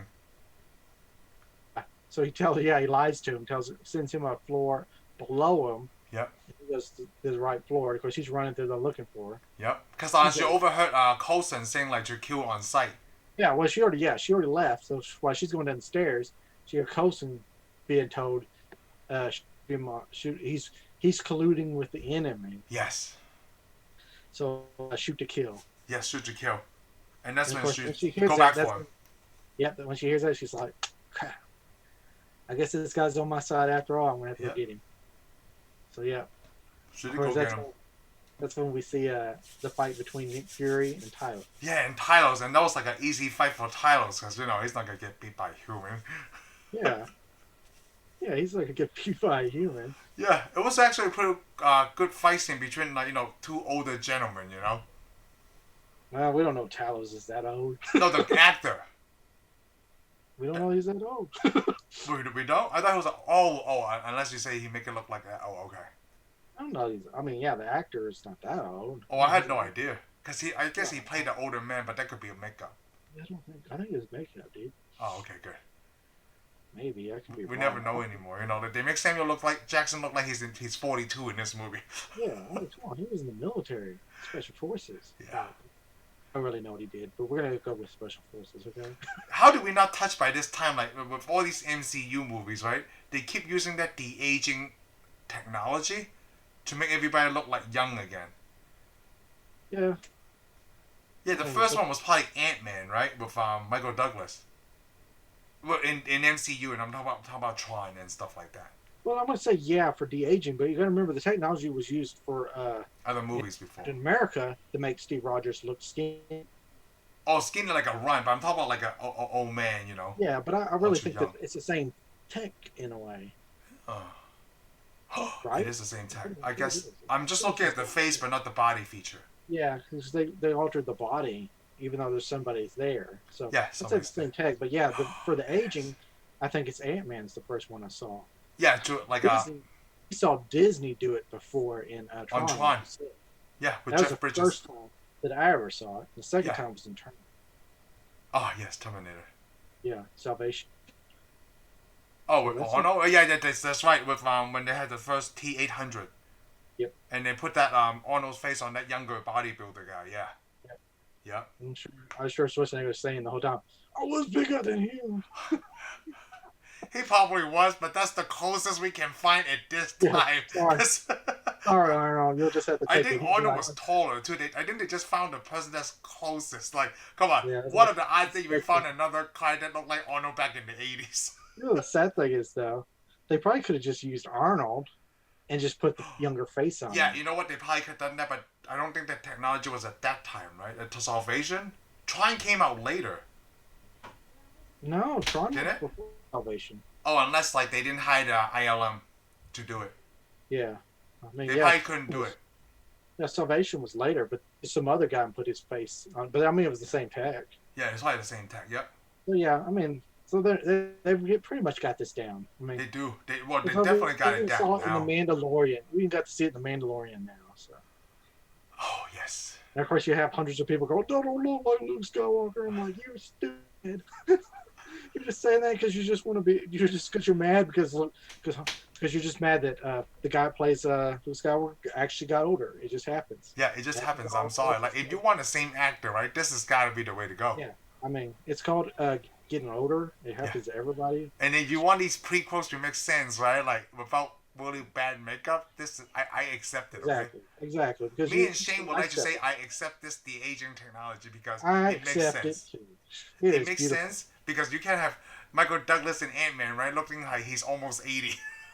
Yeah, it doesn't make any sense. Again, yeah, in the 80s. I mean, come on. Yeah, exactly. So we accept. I accept it. I think it was pretty good. All right, so they get away. Right? Yeah. Yeah, they get away and then they go to Louisiana, Well, yeah. right? The thing is, we got to remember that. Yeah, they get in a fight and they get out the way, and that's when Coulson comes down and sees him. Yes. And if somebody's Coulson, you see him, he goes, "Nope, yes. I didn't see him." Yeah, he didn't see them. Yeah, he made a decision. Relationship right there forms between Coulson And Fury, yes. No, that was really good. This is important because this is Avengers stuff right here. Yep. Because Nick Fury Coulson trusts his instincts instead of orders. Exactly. He knows this is the right guy to the job because we realize, because remember, Coulson in Avengers is his right hand man. Yes. He even said, "This is my one good eye," right? Yeah, my good. That's how much he trusted Coulson. Yes. Wow. So, and they get away. And of course, that's when they're talking about the car, and they talk about that, And of course, he's like, so that's basically we learned that Captain Marvel, even though she's supposedly Kree, she acts very human. She's very human. She's only been with the Kree for like 5-6 years. Yeah, well, the Kree don't even like that. That she always goes off the rules. Yes. And she thinks it's because she's insubordinate. It's like, no, That's it's right. because you're human. Yeah, because it's a very human trait. Yes. Yeah, because you're a very human trait, and these other guys are just jerks. Yes, because the alien race apparently they follow the rules, Yeah, but we gotta remember they escape in the Quinn. Yes. One of the earliest Quinjets. It's so funny when Nick Fury's like, "So you know how to fly this thing, right?" Well, we'll see. It's a yes or no question. Yeah, it's always, no question. No, I love that. Like, we'll see. Let me try to figure this stuff out. Yeah. That's something I always say. Like, you know how to fly this thing? We'll see. Yes. Sometimes when you get a new vehicle, you just don't know. Yeah, you just don't know. Like, you know how to drive this thing, right? We'll When see. you get out the doorway with that, or the garage without hitting anything, then you know. Yeah, then you know, oh, maybe I could drive this thing. I don't good. know. Yeah, it's like everything's good. You're probably thinking how I picked it. Well, she picked it back up because we got to remember she was a pilot. Yeah, she was a pilot. Yeah. And every time she touches stuff, she starts to remember stuff. Yeah. So I'm thinking she figured out how to fly real quick when she got in there. Yeah. Like memory just kicked, but it's not a big deal. And what before they get to the airplane, she asked him for his pager. Like, where's your communication device? Why? Because it's obviously you can't be trusted. Yeah, so she takes his pager. Takes his pager. So he's the only person like that we've seen so far from any of the Avengers, right? That talks to Nick Fury the way she does. Well, no, nobody knows Nick Fury at this time. No, nobody knows Nick. And plus, she's not from Earth. She can say what she wants. Yeah. Right, she's got, and he's not even the director yet. He's just an agent of S.H.I.E.L.D. Yeah, he's just an agent right now. He's climbing the ladder. Yep. So I love that. I like this movie even more because you get to see Fury as a more laid-back person. Yeah. I mean, he still has the thing when, once they get to Louisiana, and, they see Carol, right? Like, when they see Maria and the little girl, Monica, and the next scene goes to, like, whoa, no way. I don't believe there's green aliens walking around. And Nick Fury's like, yeah, that's right, young lady. There's no way you should believe it. And if there was, we would keep that to ourselves. Yes. Yeah, because you got to remember, when we meet her best friend, Rambo and the daughter, of course, they know who Carol is. They're just like, immediately. We were dead, blah, blah, blah. Plus, they kept all her stuff. Yes. They kept all her stuff. Like, she also said, like, they wouldn't tell us what happened to you and things like that. Yeah. Which makes sense because, like, they didn't lie to her because they really didn't know, like, hey, this is where the crash happened, but her body isn't there. What are we going to tell people? It's weird. Yeah. We don't know what happened to her. We don't know what happened. But, like, we don't know where the doctor went. We don't know where Carol went. We just, something blew up here, and I guess they disintegrated. But nobody wanted to hear that. That was it. We went on about our business. Yeah. Found her blew up dog tag. Yes. Part of it. So. Vias. And then, of course, Nick Fury standing there drinking tea the whole time. Yeah, drinking tea the whole time. And then they have a little chat between Carol and Maria. Yeah. That that she's not a rule follower. Because they talk about racing between a Mustang and a Camaro, right? And then, like, you cheated because you took a shortcut. Ever since taking a shortcut, cheating.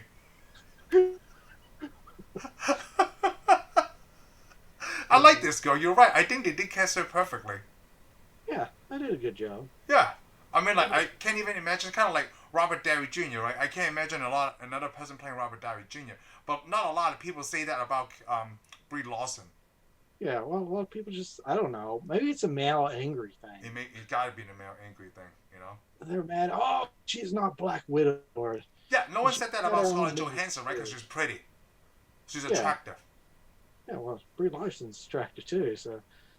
So I guess not according to some people, right? I don't know. Why, to me, I like Scarlett Johansson better than Brie Larson. I like Brie Larson better than I like. Oh, Scarlett, really? Yeah, I do. Oh, okay. No, I didn't know. I like Wanda the most. Oh, I do like Wanda the best. I like Wanda better. Yeah, because I like Scarlet Witch. I've always liked the Scarlet Witch. So. Oh, I just like magic.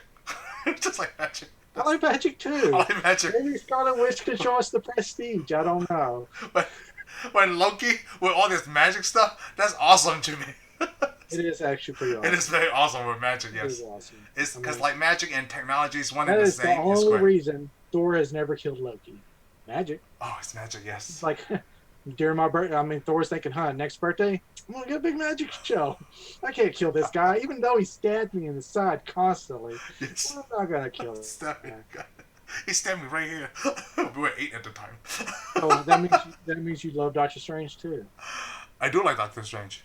But then it's not really magic, right? He's a sorcerer. That's the difference. See, I know the difference. It's magic. So everything is magic. It's like super magic. Oh, super magic. Hey, come on. Wizards do magic. Yeah, wizard. Wait, some kind of wizard. Yeah. Hey, come on. Him and Gandalf. Merlin. Yes. You do like Merlin. I do like Gandalf. So anything magic, I'm down for. See, everybody loves magic because you can't do it. You can't do it. People just want to say like, "Oh, magic is dumb." Yeah, whatever. Watch me. This thing kind of thin air. You got stuck in the box. You probably because the magic clown is your birthday party. You know someone that's angry, and that's just an angry person. Okay. Yes. We got those on the planet that don't love magic. They need to like not grow up anymore. Yes. Alright, so what? So let's get back to the movie. We talk about they had the scene in the house, right? And then one of Maria's neighbors showed up. Did you think Yeah. that guy was a Skrull? Well, I don't know. I kind of wonder. It's hard to tell, right? She But was convinced he was a that's the Skrull. great thing about this scene, though, because you are wondering, right? Yeah.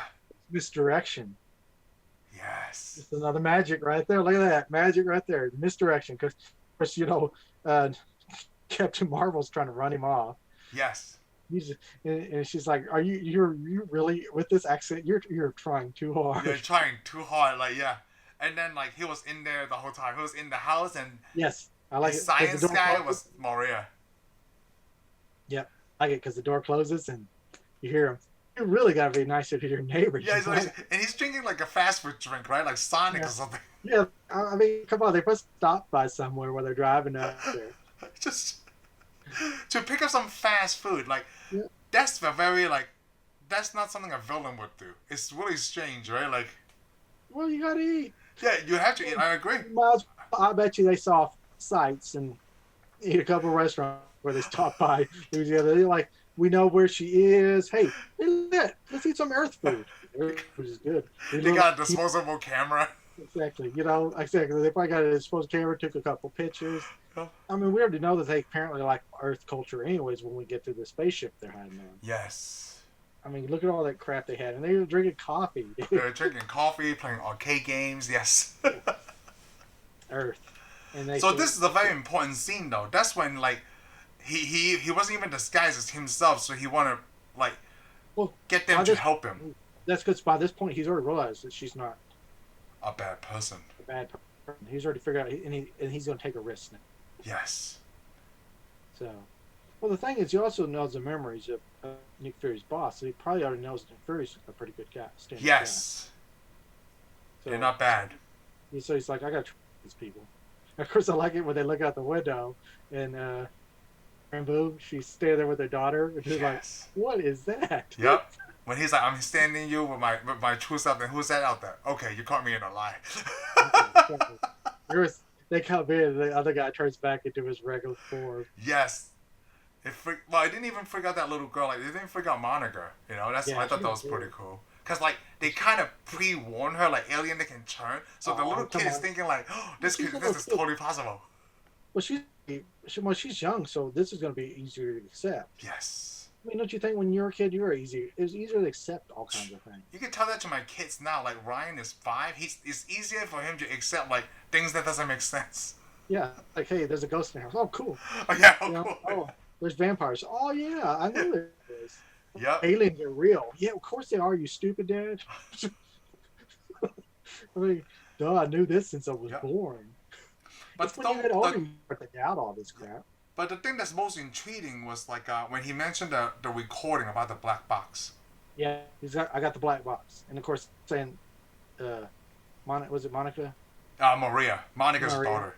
Yeah, I keep saying that. Like Maria, they said they lost it. Well, I have ways to get into things that I'm not supposed to. Yeah.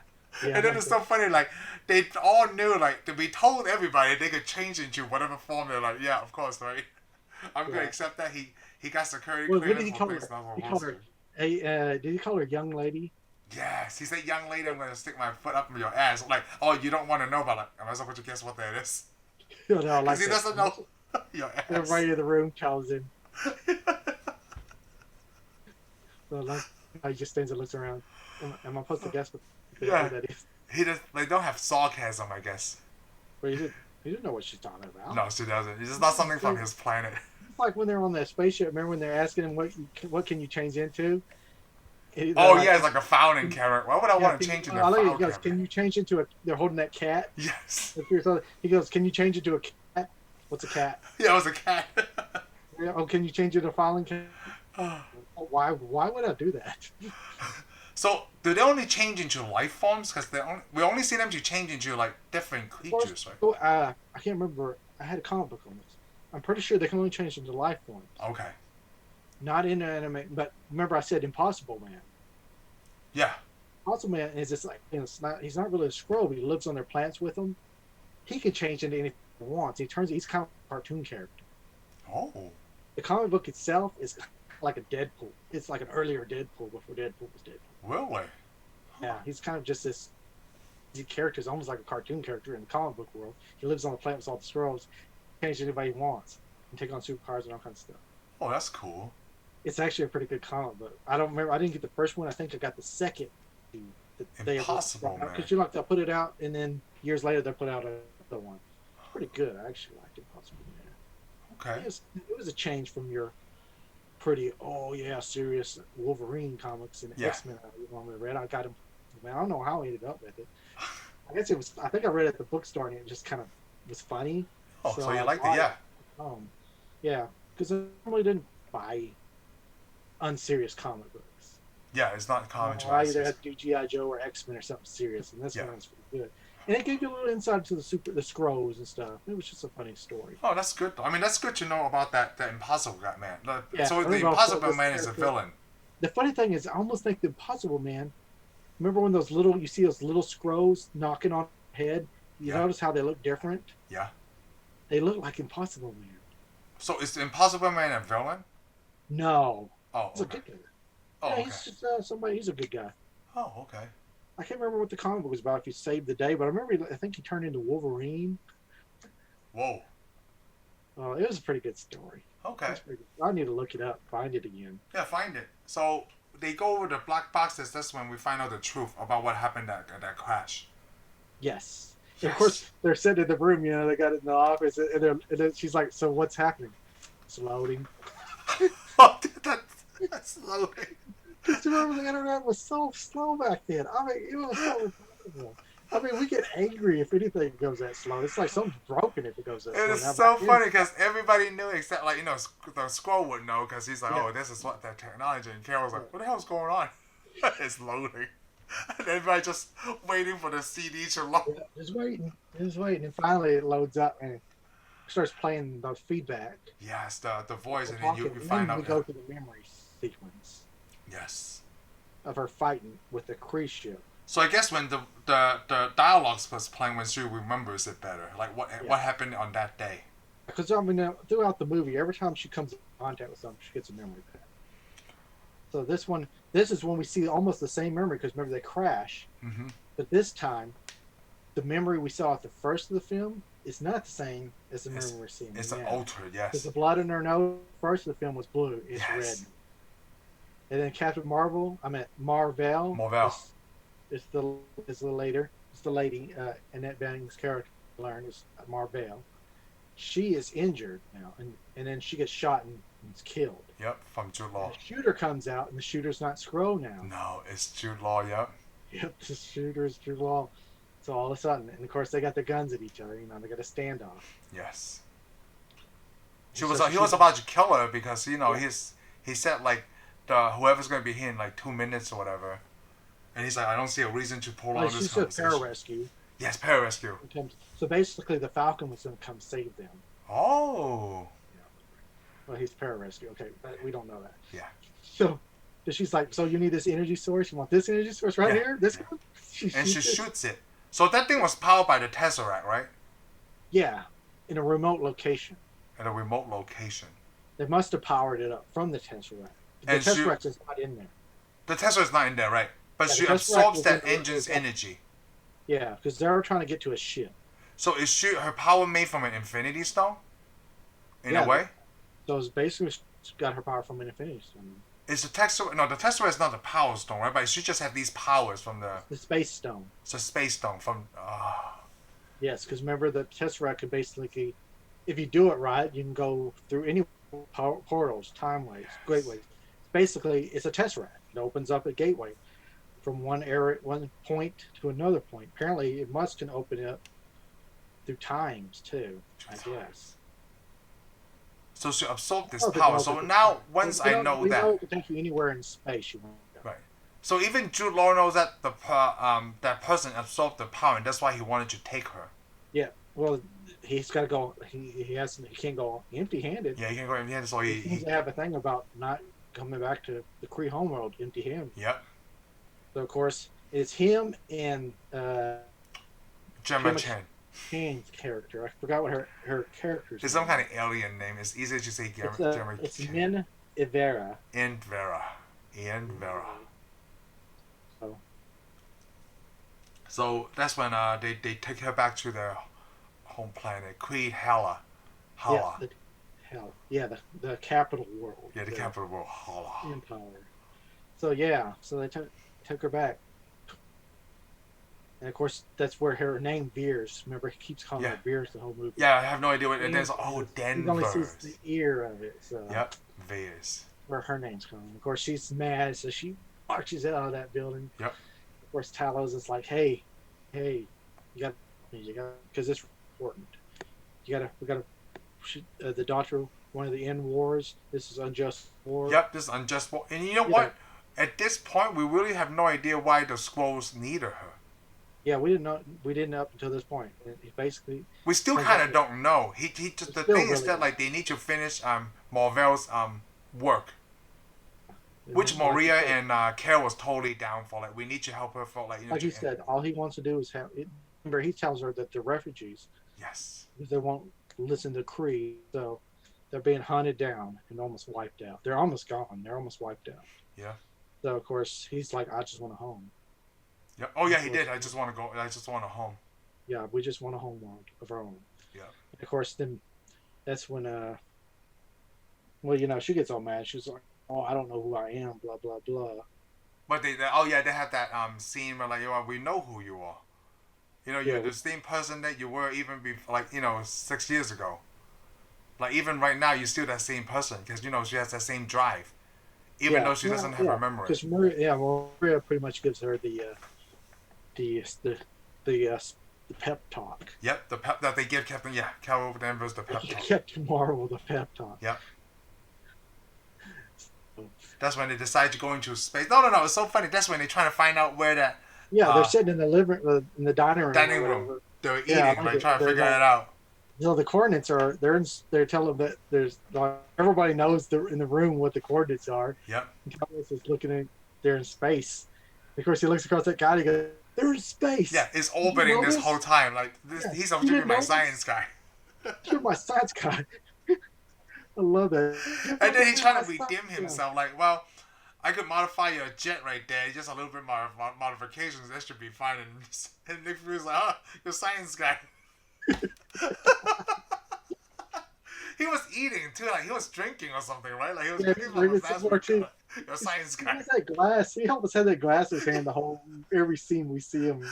You're science guy. Good tea. And let me tell you, I got that sweet tea.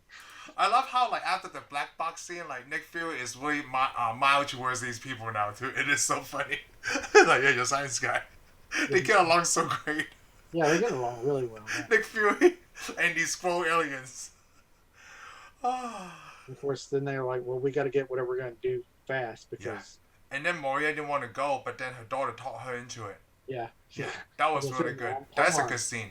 What kind of example you set for your daughter? Yeah, for your daughter. I'm like, no kid would know how to say that. Come on, but like, it's just for a movie, Hey, unless that kid is like that. But no, that was really good. You're smart because we got to remember who she's going to be. We're going to see her again.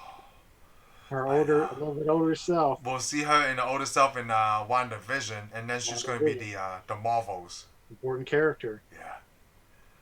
At first, from WandaVision, I thought she was going to be an X-Men because she has some kind of power. Well, she has some powers now. Yeah, she definitely has powers now. Yes.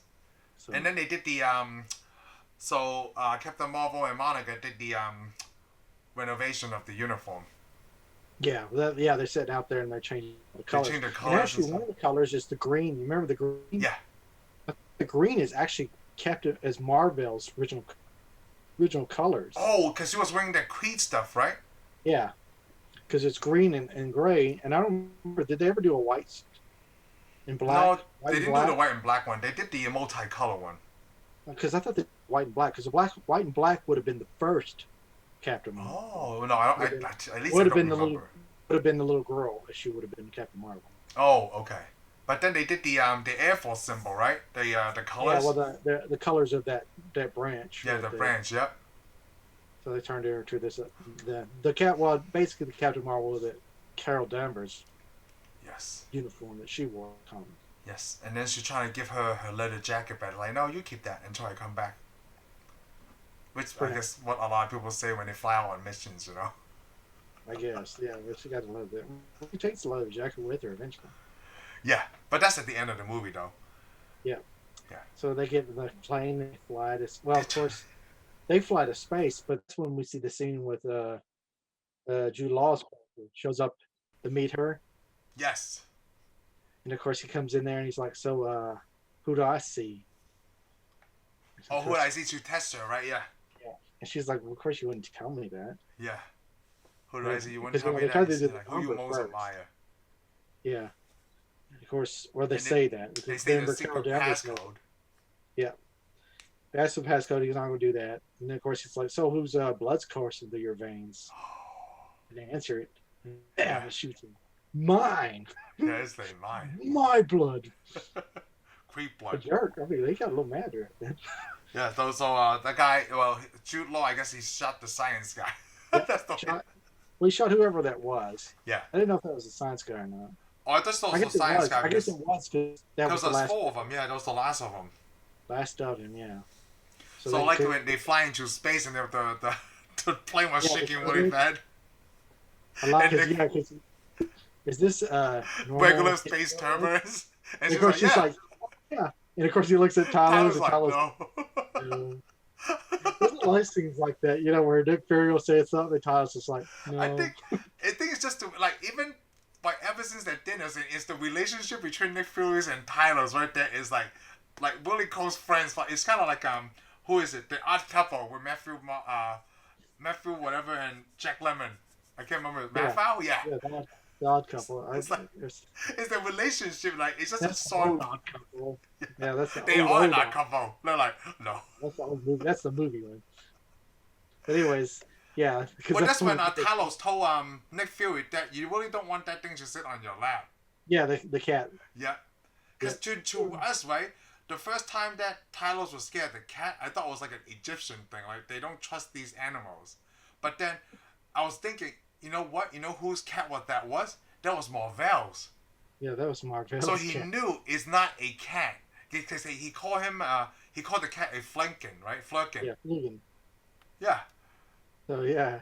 I mean, yeah, he's always the Flugen. He kept saying that's dangerous. Yes, it's dangerous. You gotta get rid of it. And of course, they remember because they even say, "Hey, turn into a cat." What's a cat? Yeah, it was a cat. But I like it because we saw that cat tag along because the cat gets stuck against the crates. Yes. The neat thing I like is go to space, the cat's floating, and how they actually I don't know how they did the effects. Cat spins and then grabs a hold of his arm to crawl back down. Nick Fury's arm. Did you see that scene? Yeah, I did. I thought that was just special effects. I was thinking how to get a cat to do that too. Yeah, that looks realistic. If you owned a cat, you've seen them do that kind of stuff. Yes. It looks like the cat was really floating in space. Yeah, it's floating in space and trying to grab onto something. And the movements down pretty good. Yeah. But what I understand is they're floating in space, right? Mm-hmm. Then when it straightens out, they got gravity back and shit. Oh, did they put the gravity back in the spaceship? Yes, because the science guy, you know, he make that measurement. Yeah, okay. The science guy. Yeah. I just thought that was like, we're gonna do this, but we can't do it too long. We're gonna do the gravity. So they turned the cloaking off, right, from that orbiting spaceship. Yeah. They turn the rolling cloaking device off. Yep. And they get on board. Star Trek in this movie. Yes. Well, I think everything space is very Star Trek or Star Wars related, right? Like, because that's what we understand of space. Star Wars in the But yes, it turns out it's a Kree Imperial ship. Yes. Holding scrolls. Or scrolls was living inside. Well, yeah, they go in there. We don't know that yet. No, we don't know that yet. They go in there and they go in and Talos makes some kind of mating call. I don't know what he's doing. Noise. It wasn't a mating call. Yeah, because they're looking around though. Remember, they find the device, which of course the cat's hidden. Yes. They find the Tesseract because we all know the Tesseract now. Yep. From our Avengers, so they grab that, and of course there's coffee. Yeah, the coffee was hot. The video games. We saw all the pinball games. Yes. We see the Fawn's lunchbox. Yes. That's where they put the baseball was the first thing you see later in the hallway. The what? The baseball. Yes. So apparently he never saw his kid yet. No. when he saw that, I guess he realized there's kids now. Yes. Yeah, so when he made that call, like all the other scrolls come on, and like it feels like that movie was like that was really good because like all he wanted to get back to his wife and family. Yeah, they thought that he wanted the energy virus. He didn't want the energy virus. No, he didn't want that. He just wanted because his people were there. Yep, he's just looking for his people that apparently, who knows? They must have been where they were living. They either went with Marvel there, or living on Earth secretly, and she brought him up there. Yes. We don't know. We don't know. We don't know if the people were there already. Yes. So of course, Captain Marvel apologizes for all the crap. They're scared of her. They're scared of all of them. Oh yeah, because she was wearing that Kree uniform. Yeah, she was wearing that looking uniform. Well, plus they don't want to see all these people. They don't know who these people are. Yeah, they don't know who these people are because they're like, they got flirting with them, and they could be. Someone's coming and fucking around. They're not to be trusted. Yeah, I'm like, come on. Don't ever trust Catwoman.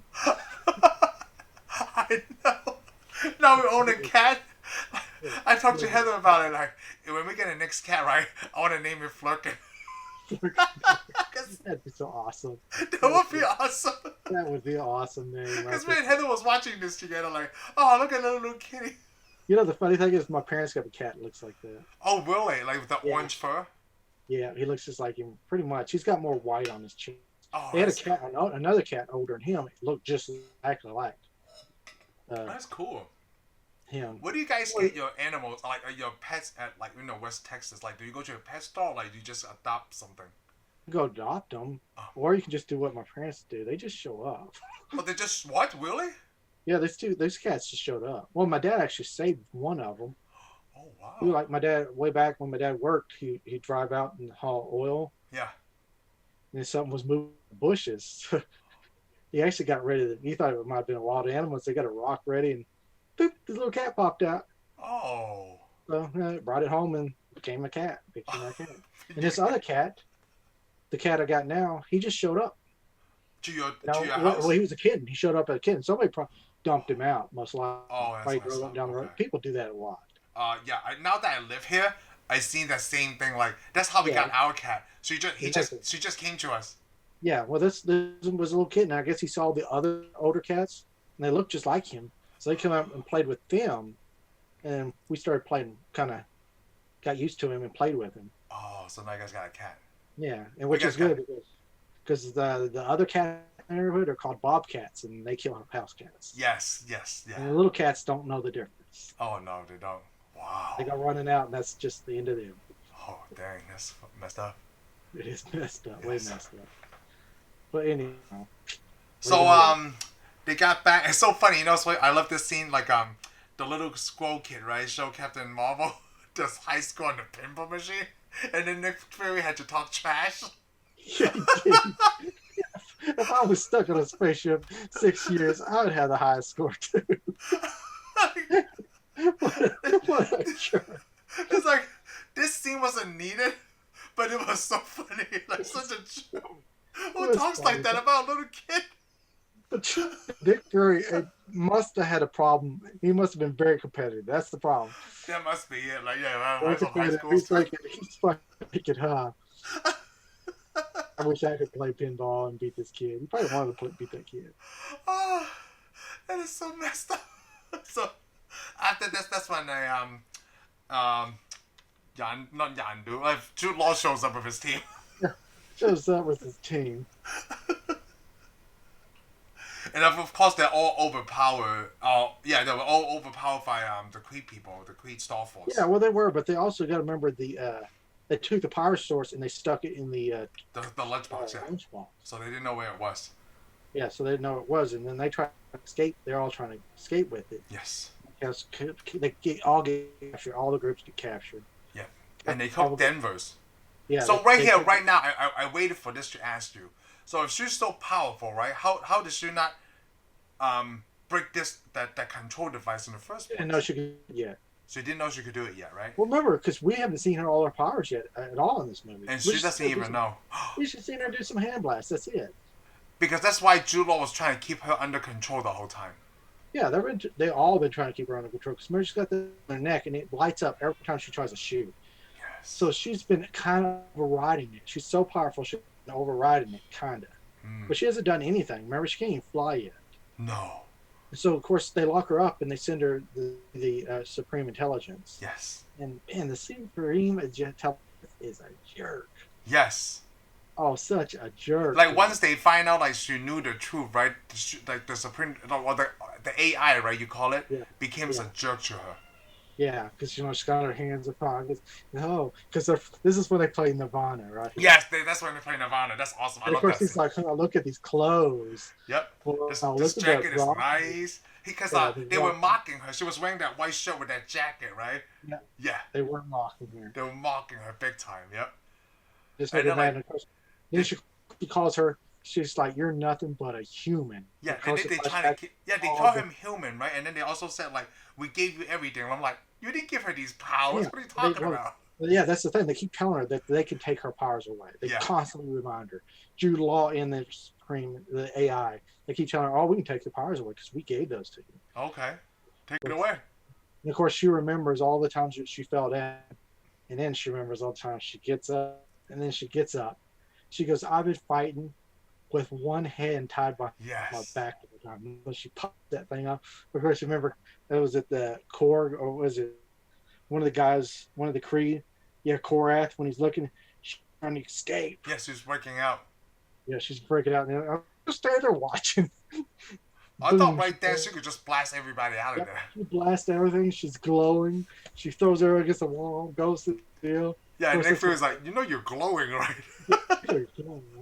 Of course, they make him take the Tesseract. She's like, take the Tesseract. You want me to get you, because, you know, Nick Fury's like, I'll touch that thing. You want me to get you an oven mitt? Yes, get oven mitt. Of course, the flirting kitty.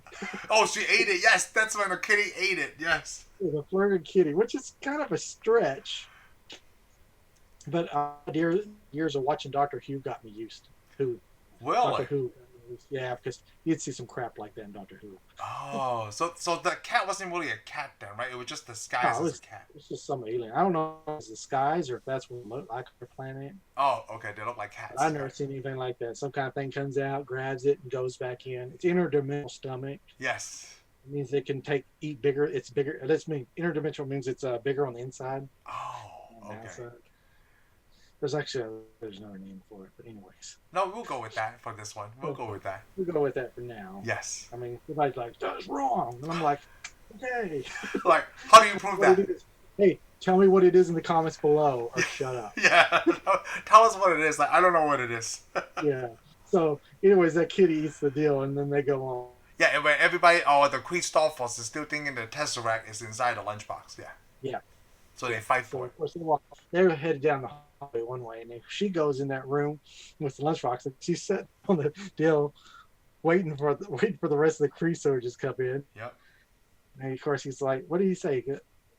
Because remember, there's several scenes where she always tries to use humor. Because we even see it the very first. Remember? Yes. She says, "You're ugly." Yes. He's like, you don't see me laughing. This is not funny. Of course, the other guy goes, I think you're quite handsome. Thank you. Thank you. But he's like, I do laugh. I laugh on the inside. It made me fun. Remind me of Drex. I laugh on the inside. Like, he's serious all the time. So that means when NASA's looking for planets, you don't land on one of the planets where nobody has a sense of humor. A sense of humor, yes. Please. Yeah, they're going to be like humans. They only think they're funny. So, I guess when they were captured, before Captain Marvel broke out, they were scanning all the creatures, right? They were scanning the flirting, dangerous level high. And then when they scanned Samuel L. Jackson, when he said, that's just a cat, man. When they scanned him. Yeah, because they put that muzzle on the cat. And the muzzle on the cat and a laser cage box. Yeah, because I like it when he put the muzzle. He goes, "That's a cat, not a lecter." Yeah, I like that. And then they scan him species, human, threat level, low. That thing is broken. None. Yeah, low to none. So I have a question. Remember in Guardians of the Galaxy, they call them Terrans, but then in this movie they call them humans. What? Oh, yeah, okay. Well, maybe that's what Kree tells them. Oh, okay. That's Kree Empire probably calls them humans. Okay, so whatever Yandu is, they call him, or whatever the other scavengers are, they call him Terrans. Yeah, they like to say Terrans, but I mean, it depends on when you came to Earth too. Earth, Terra, it's the same name. It's the same name. Okay. I think Terra is Latin. Oh, Terra is Latin. Okay. Yeah, I'm pretty sure it is. I mean, they call us Terrans. I mean, if you watch Star Trek, some alien races call us Terrans, and some of us call Earthlings. Some of us Oh, call humans. okay. No C53s. Okay, the Yeah, C53 people. C-53 is put under their code, and they think they probably own the planet too. When the Oh, Asgardians look and they do all kinds of crappy stuff to yeah, they humans. call it Midgard. Yes, it's Yes. just whatever his name is. Okay. Yeah. Apparently, apparently at this point, Earth is open game to whoever wants to show up. Oh, okay. But Definitely. most people don't. We Thank don't have the goodness. defense system. Yep. They're like, yeah, we could go there and take it, but why would you? It's such a dump. They all think there's a sense of humor on Earth. There's too much water there. Who can live on a place like this without land? That's Too stupid. much water, it's humid. They all think they're funny. Yeah, no, sarcasm, gets all of us, literally. Sarcasm gets a lot of people, even humans. Yes. So, they had the fight scene, and this is when they played the No Doubt song. Yeah, that's where they play the No Doubt. And Chris beating tar out of everybody. Yeah, being a I Tana. like that when one alien guy, he's got the gun to her, he's on top of her back. He goes, "Don't make me do this." Yes. And she goes to her face like, And well, yeah, I guess she kind of flies off, right? Is that what she did in there? yeah, she kind of, I can't remember. She blasted, yeah, she blasted out from under him or something. Yeah. And then Gemma Chan's character came in, like, she was like, "Oh, you knew all along, didn't you? Is that why we never hung out? No, I just don't like you." Yeah, I just don't like you. I thought when she asked that, I thought that was it. Like, she knew. Because she was there at the scene. Yeah, Yeah. yeah. She she kind of seemed like one of those type of girls. Well, they look like all serious people, right? Like, all of them. Yeah, they're all no. The Crees don't have no fun. Yeah, the Christophers, even Jude Law, like, they were all when serious. they're all because Captain Marvel's always joking with them, and not one of them like her. You know, they're all Yeah. like, She was still the same personality before she yeah, lost her, after she lost her memory. and personality, and of course none of them laugh at her or like her. They don't No. have anything to do with it. They all want to shoot her. Yeah. They're probably like when she's captured by the scroll, they're like, yeah, So if Jude Law would have died, they would have probably killed her. yeah. They're like, yeah. If Jude Law would have got killed, that would have been the end of her. That would be the end of her, yeah. Law would have shot her in the Before back. she even know her power. Yeah, they're about like, So, don't know like, what happened to her. so it was during this ending sequence where she becomes more. Well, she doesn't become more powerful. She was probably always powerful, but she doesn't know Well, it. she was always powerful. She didn't know how to use her powers. Plus, she had the thing blocking most of her stuff. So they're fighting, and then of course that's when Fury's going down the hallway. Well, Fury's going down the hall, and also at the same time, Jude Law Jude Law told Ronan to send a thing at the farmhouse. Oh, I forgot. Yeah. Because he was already on his way. Yeah, he wanted them to go ahead and wipe out Earth. Yep. Yeah, he's like, yeah, this goes here. I guess you want to cover up any evidence or something. Yes. So he's probably gonna kill everybody. Yep. And then I would get to Nick Fury going back down that You know, hall. we had other scenes where he talked to Ronan and he didn't want him to come. Yes. Right before they reach Earth, he told him like not to come. Like, oh, she's lost, but we're finding her. But yeah, Ronan, then he's like, yeah, this is last result. Just go ahead and waste this place. Yes. He's always trying to save her. No, he's not now. Well, not right now, yeah. Not until the very end. I guess he thought he can have a super. Well, because she was a weapon. Yeah. They probably thought they could probably train her and get her to the other side, and she could start wiping out worlds for them. Yes. That's probably their goal. We'll just train her to make her Kree, and she'll kill everybody for us. I'm surprised that she never questioned like, well, what powers did they give you guys? Like nothing. We don't have anything. Yeah, she didn't want to question anything. No. She's too busy listening to him tell him, "Oh, don't get so angry," or don't use that humor to hide anything. Listen to me, and that's it. Yeah, I mean, he was like trying to be like all Jedi and stuff on her, and she's like, I don't need an Obi-Wan Kenobi. You know? I don't want to be the Padawan. Yes. Yeah, I don't want to be your Padawan. And so Fury, remember they're running down the hallway. Yep. And they find they got the fluke, and he turns around. Actually, what did they swallowed all those soldiers? Yeah, he swallowed all the soldiers, right? Like, man, that's like... They run the hallway later on, and they find the other two soldiers. So it was the Kree with him. I meant the Skrulls with him. Yes. Was he to get him with the fluke and go fluke and get him? Yeah, and then she didn't do anything.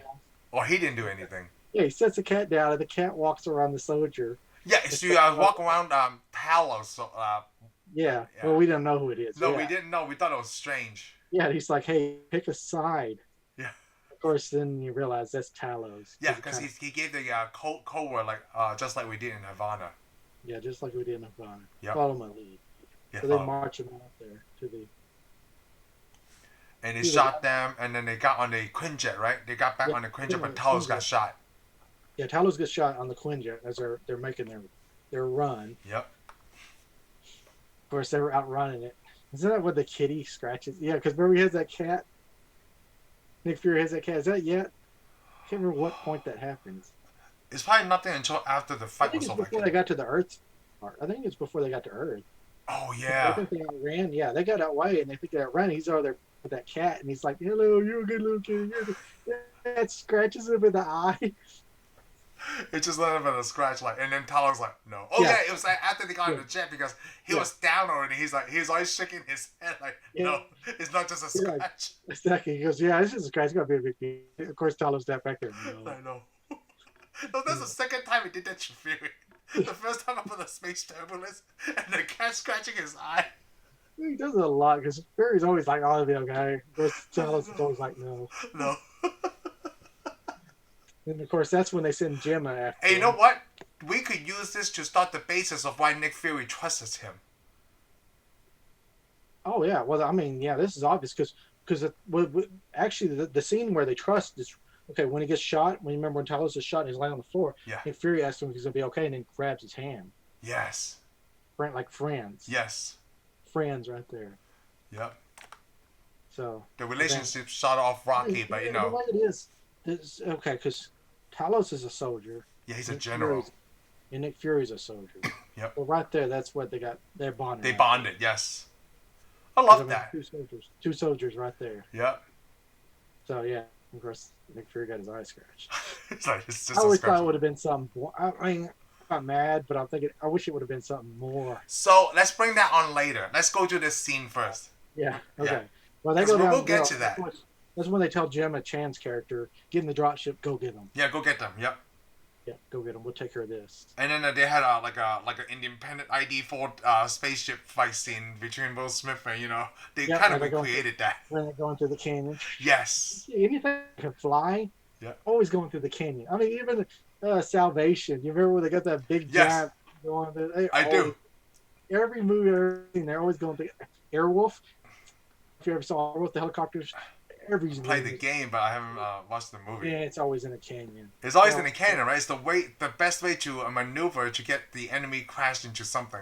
I don't even think Broken Arrow was in a canyon. Yeah, there's a point in Broken Arrow in a canyon, but I forgot. Yep, everybody's always in a canyon. Yep. All jets go in a canyon. I don't know why. And if they really did that, there would be like jets littered all the way through the Grand Canyon. Yes. So like, Gemma Chan messed up. So Jude Law trying to fly out there to get them. Yeah, he flies out there. You know what's really crazy? Like, actually, he flies out after them, and of course, that's when Captain Marvel jumps on his ship. Yes, and then I was gonna say like he blasts her away with that. I don't know what that weapon is. Yeah, well, he has like a force-filled weapon. Yeah. Because remember, he can grab her throat. Yes. He seems to grab things with it. Yeah, he grabs things like some kind of force out thing. Into a shield too. That's not, but it's not a power. It's a weapon that he carries. And that's when we can find out, like, oh, Captain Marvel can fly in space. Well, yeah. Well, she had that. She had the helmet on again for first. Yeah, but she probably thinks she needs it, but I don't think she does. She doesn't, because later on she don't have a helmet. Yeah, she doesn't have a helmet. She just fly with free will. The helmet forms and she goes down. She gets knocked off. She's about to fall. She just her arms out. I don't know what she's thinking. And then she realizes. I guess she finds the force. So it's going to all the times that she fall down in her life. Yeah, well, basically she just relaxed and then the powers came to her. It came to her, and then and then she flies and it destroys the spaceship where Jude Law was flying. Man, she just flies up and he didn't know what hit him. He didn't know what hit him, and even like Nick Fury and Moira were like, what the hell was that? Yeah, because she flies right through the spaceship. I like it when he crashes and hits the ground. He jumps on the spaceship. So his force field, and he pulls out his pistol. Yes. And then he like puts him down, and he goes, "Hey, it's like he can't beat her now because she's too powerful." So he tries to use reverse psychology. Yes. So see if you can take me down. Crap that if you can't beat me without those powers, then and she She pulls Raiders of the Lost Yes, Ark. I was saying she was very Indiana Jones and she just shot him. Yeah, you know where the guy jumps out with all the swords and he just shoots them, which is awesome. I mean, why would you throw your weapons down and fight somebody, man? Because that was your last chance, right? Like if you don't put it, she's gonna shoot you. At least like he thinks like I might have a chance to not get shot. Yeah, I'm like, yeah. But it didn't work. When that happened, I was laughing my ass off so hard. Blast him right into a rock. Right into the rock, dude. If there was no rock, he would have just been flying. Basically, he got the Captain Marvel version of the Hulk slamming you into the ground. Yes. I forgot I took my it was like my whole family watched it, like my wife and the boys went to all see Captain Marvel together. Yeah. Yeah, because we all saw Infinity War. The sad thing is, I didn't see Captain Marvel until after Endgame. Oh no, we saw this because in theaters. I can't remember what I was doing. I was too busy, and then Endgame came out, so I went and saw it in theaters, and it was like when it starts off the Endgame, you know, that scene. I was like, crap! I should have went and saw Captain Marvel. Yeah, I just didn't want to miss anything by the time we saw Endgame. Like my whole family, we didn't want to miss anything. And of course, I asked about, oh, you didn't miss anything. It's like, what? Then when I come back to work to talk about it, I was like, oh, yes, I did miss something. That is so funny. You said you did. I don't think you did. Yep. So, she drags him across the desert and throws him in a spaceship. It's like, oh, I can go home empty-handed. No, you're not. You know, I got a message for you. Tell the AI I'm coming and get her. Yeah, gave her an end of all this. So I'm like, so did she kill all the Kree people? She didn't kill all the Kree people at all. Because remember, we see her years later in Guardians of the Galaxy. Yeah, in Guardians of the Galaxy. Had to end war with the Nova Corps people. Oh yeah, so it's just the Skrulls and the Kree. I don't know what their empire was called. They're not the Shi'Tar. No, they're not the Shi'Tar. Shi'Tar is the other ones with the people. Oh, maybe that was what drove the Kree people to sign the treaty. I would think it would be eventually, because we know Captain Marvel was gone for a long time. Yes. After this movie, she's gone all the way, and that's 95. And all these other movies are, 2020? Yeah, timeline. 2019. 2019? No, 2019 was Endgame. I think Endgame's like in the 2020s. Oh, yeah, that's like 2020, yeah. I don't know, it's 2020. I think it's like 2022 or 2020. Oh, okay, so it's further in the timeline. Okay, so that makes sense. It is. Well, I don't know. Find out. I know it's further in the time, for sure, because it jumped 5 years. So the battle is over. She sends him home, and then they have another dinner scene, but now with Talos of his wife and his kid. Yeah. Well, also we got to remember the Ronin shows up. Yes, Ronin shows up. They were shooting at they were trying to shoot those massive weapons, right? Like I guess it's those missiles at the Earth, and of course she flies up and blows them up, and they're like, "How can this happen?" Yeah, C-53 doesn't have a defense system, and then with just one person. Yeah, you show it flies up, and she flies through one of theirs. Well, they send out all the fighters. That's right. She destroyed one of their spaceships. Yeah, she just put her arms out going through them, and then she goes through one of the spaceships. Yes. She does a thing like what she did at Thanos. Yes. She will do to him. That's apparently her thing. Just fly through a ship. Yep. Just to show her power, right? Like I just destroyed your whole spaceship, just myself. Yep. And she blows it up, and of course they're looking at her and like, she's like making up the big old light show, and then they decide, hey, we better turn around and go home. Yes. Because she talks to them, right? Like she tell them to leave. Yep. She told them to leave, and they go to the jump point. And of course, Ronin's like, I'm coming back for the weapon. For the weapon, yes. And they're like, the energy device? He goes, no, the woman. Well, he's not going to be able to do that because he lost the dance off. Come over the dance off. Yeah, he got killed with a dance off. So, do you think that Ronin will show back up in like another Captain Marvel movie? But then it won't be. It will be another prequel. It has been another prequel. So Ronin is gone now. Ronin is gone unless he comes through an alternate dimension. Oh, okay. Or they show something before the Guardians timeline. But I don't see any reason for there Ronin again. Yeah, well, not right now at least. Yeah. She got a lot. There's a lot of other villains to see now. Yes. Ronin played his part, and I'm thinking that's fine. Yeah. We can move on without Ronin now. Yeah, we could. So, now we've realized that, Captain Marvel want to help them find a new home. Yeah. Yep. Yeah, that's when they're all sitting at the table. When you're talking about him and his wife. His wife and his kid is eating Yeah, dinner together. yeah, they're all eating there. Yeah. So They were talking about that's like they could stay at Earth until whatever, and then that's when Marvel said like, no, I'll help you guys find a new home. yeah. But what did Monica say when she said something like she's either going to fly up there with her or she's going to build a spaceship? Oh yeah, she said spaceship like And of because she course, doesn't know what she can do. Yeah, you don't know what she can do. Yes, that was really good though. Well, it was good because it set it up for the future. Yes. Yep. So yeah, they decided to fly them home, and of course, they all get on their ship, and we see Captain Marvel fly up there, and she pushes the spaceship home. Well, before we do that, you should talk to Nick Fury. So you give him the modified pager. That's when you find out. Yeah, she gives him the monitor, and she says it's good for like several galaxies. Yeah, it's for galaxy. Galaxies? Yeah, she said spaces? use it for emergencies only. Yeah, use it for emergencies only. She made that big deal. But they did have a little dancing. Remember when Nick Fury is like like the Marvelettes, and then he started dancing. Where they're sitting there, and he's like, well, that's when they had the argument over. He's like Marvel or Marvel, yeah. It's two words. Marvel better. Yeah. Like I like Marvel better. The Marvel, and then he sings. Yes. Yeah, Mr. Postman. Yes, Mr. Postman. We can't sing that song. We get flagged for YouTube. Yeah. So she gets a jacket too. Yes. Gets that leather jacket on, says bye to Monica. Well, she also tell Nick Fury to keep the Tesseract on Earth. Oh, okay. Well, I doubt she had to tell him that. No, she did. So, I want you to keep the Tesseract. No, but I'm saying I doubt she had to tell him. Oh, that. Okay, yeah. I mean, he's probably thinking, yeah, I'm going to fly up into space with the technology we have. Duh. And they continue on Project Pegasus, Yep, they actually start. Those guys got to work for a living now. Yep. At Pegasus, and apparently they build the complex out a little bit better. But I did want to go back to she flies into space. Oh, Monica gave her back her leather jacket, which was crazy, right?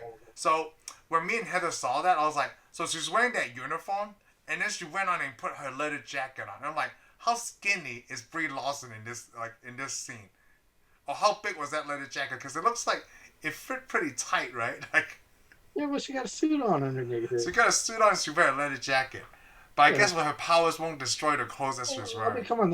You got to think, though, the jackets are pretty big because a lot of the pilots can wear those over their flight suits. Oh, yeah, that's right. They're their flight suit, yeah. Yeah, come on, man. And you're right. She pushes that spaceship. When you used to have a jet, you used to use your flight suit. And she pushes that, what do you say, spaceship. He pushes a spaceship.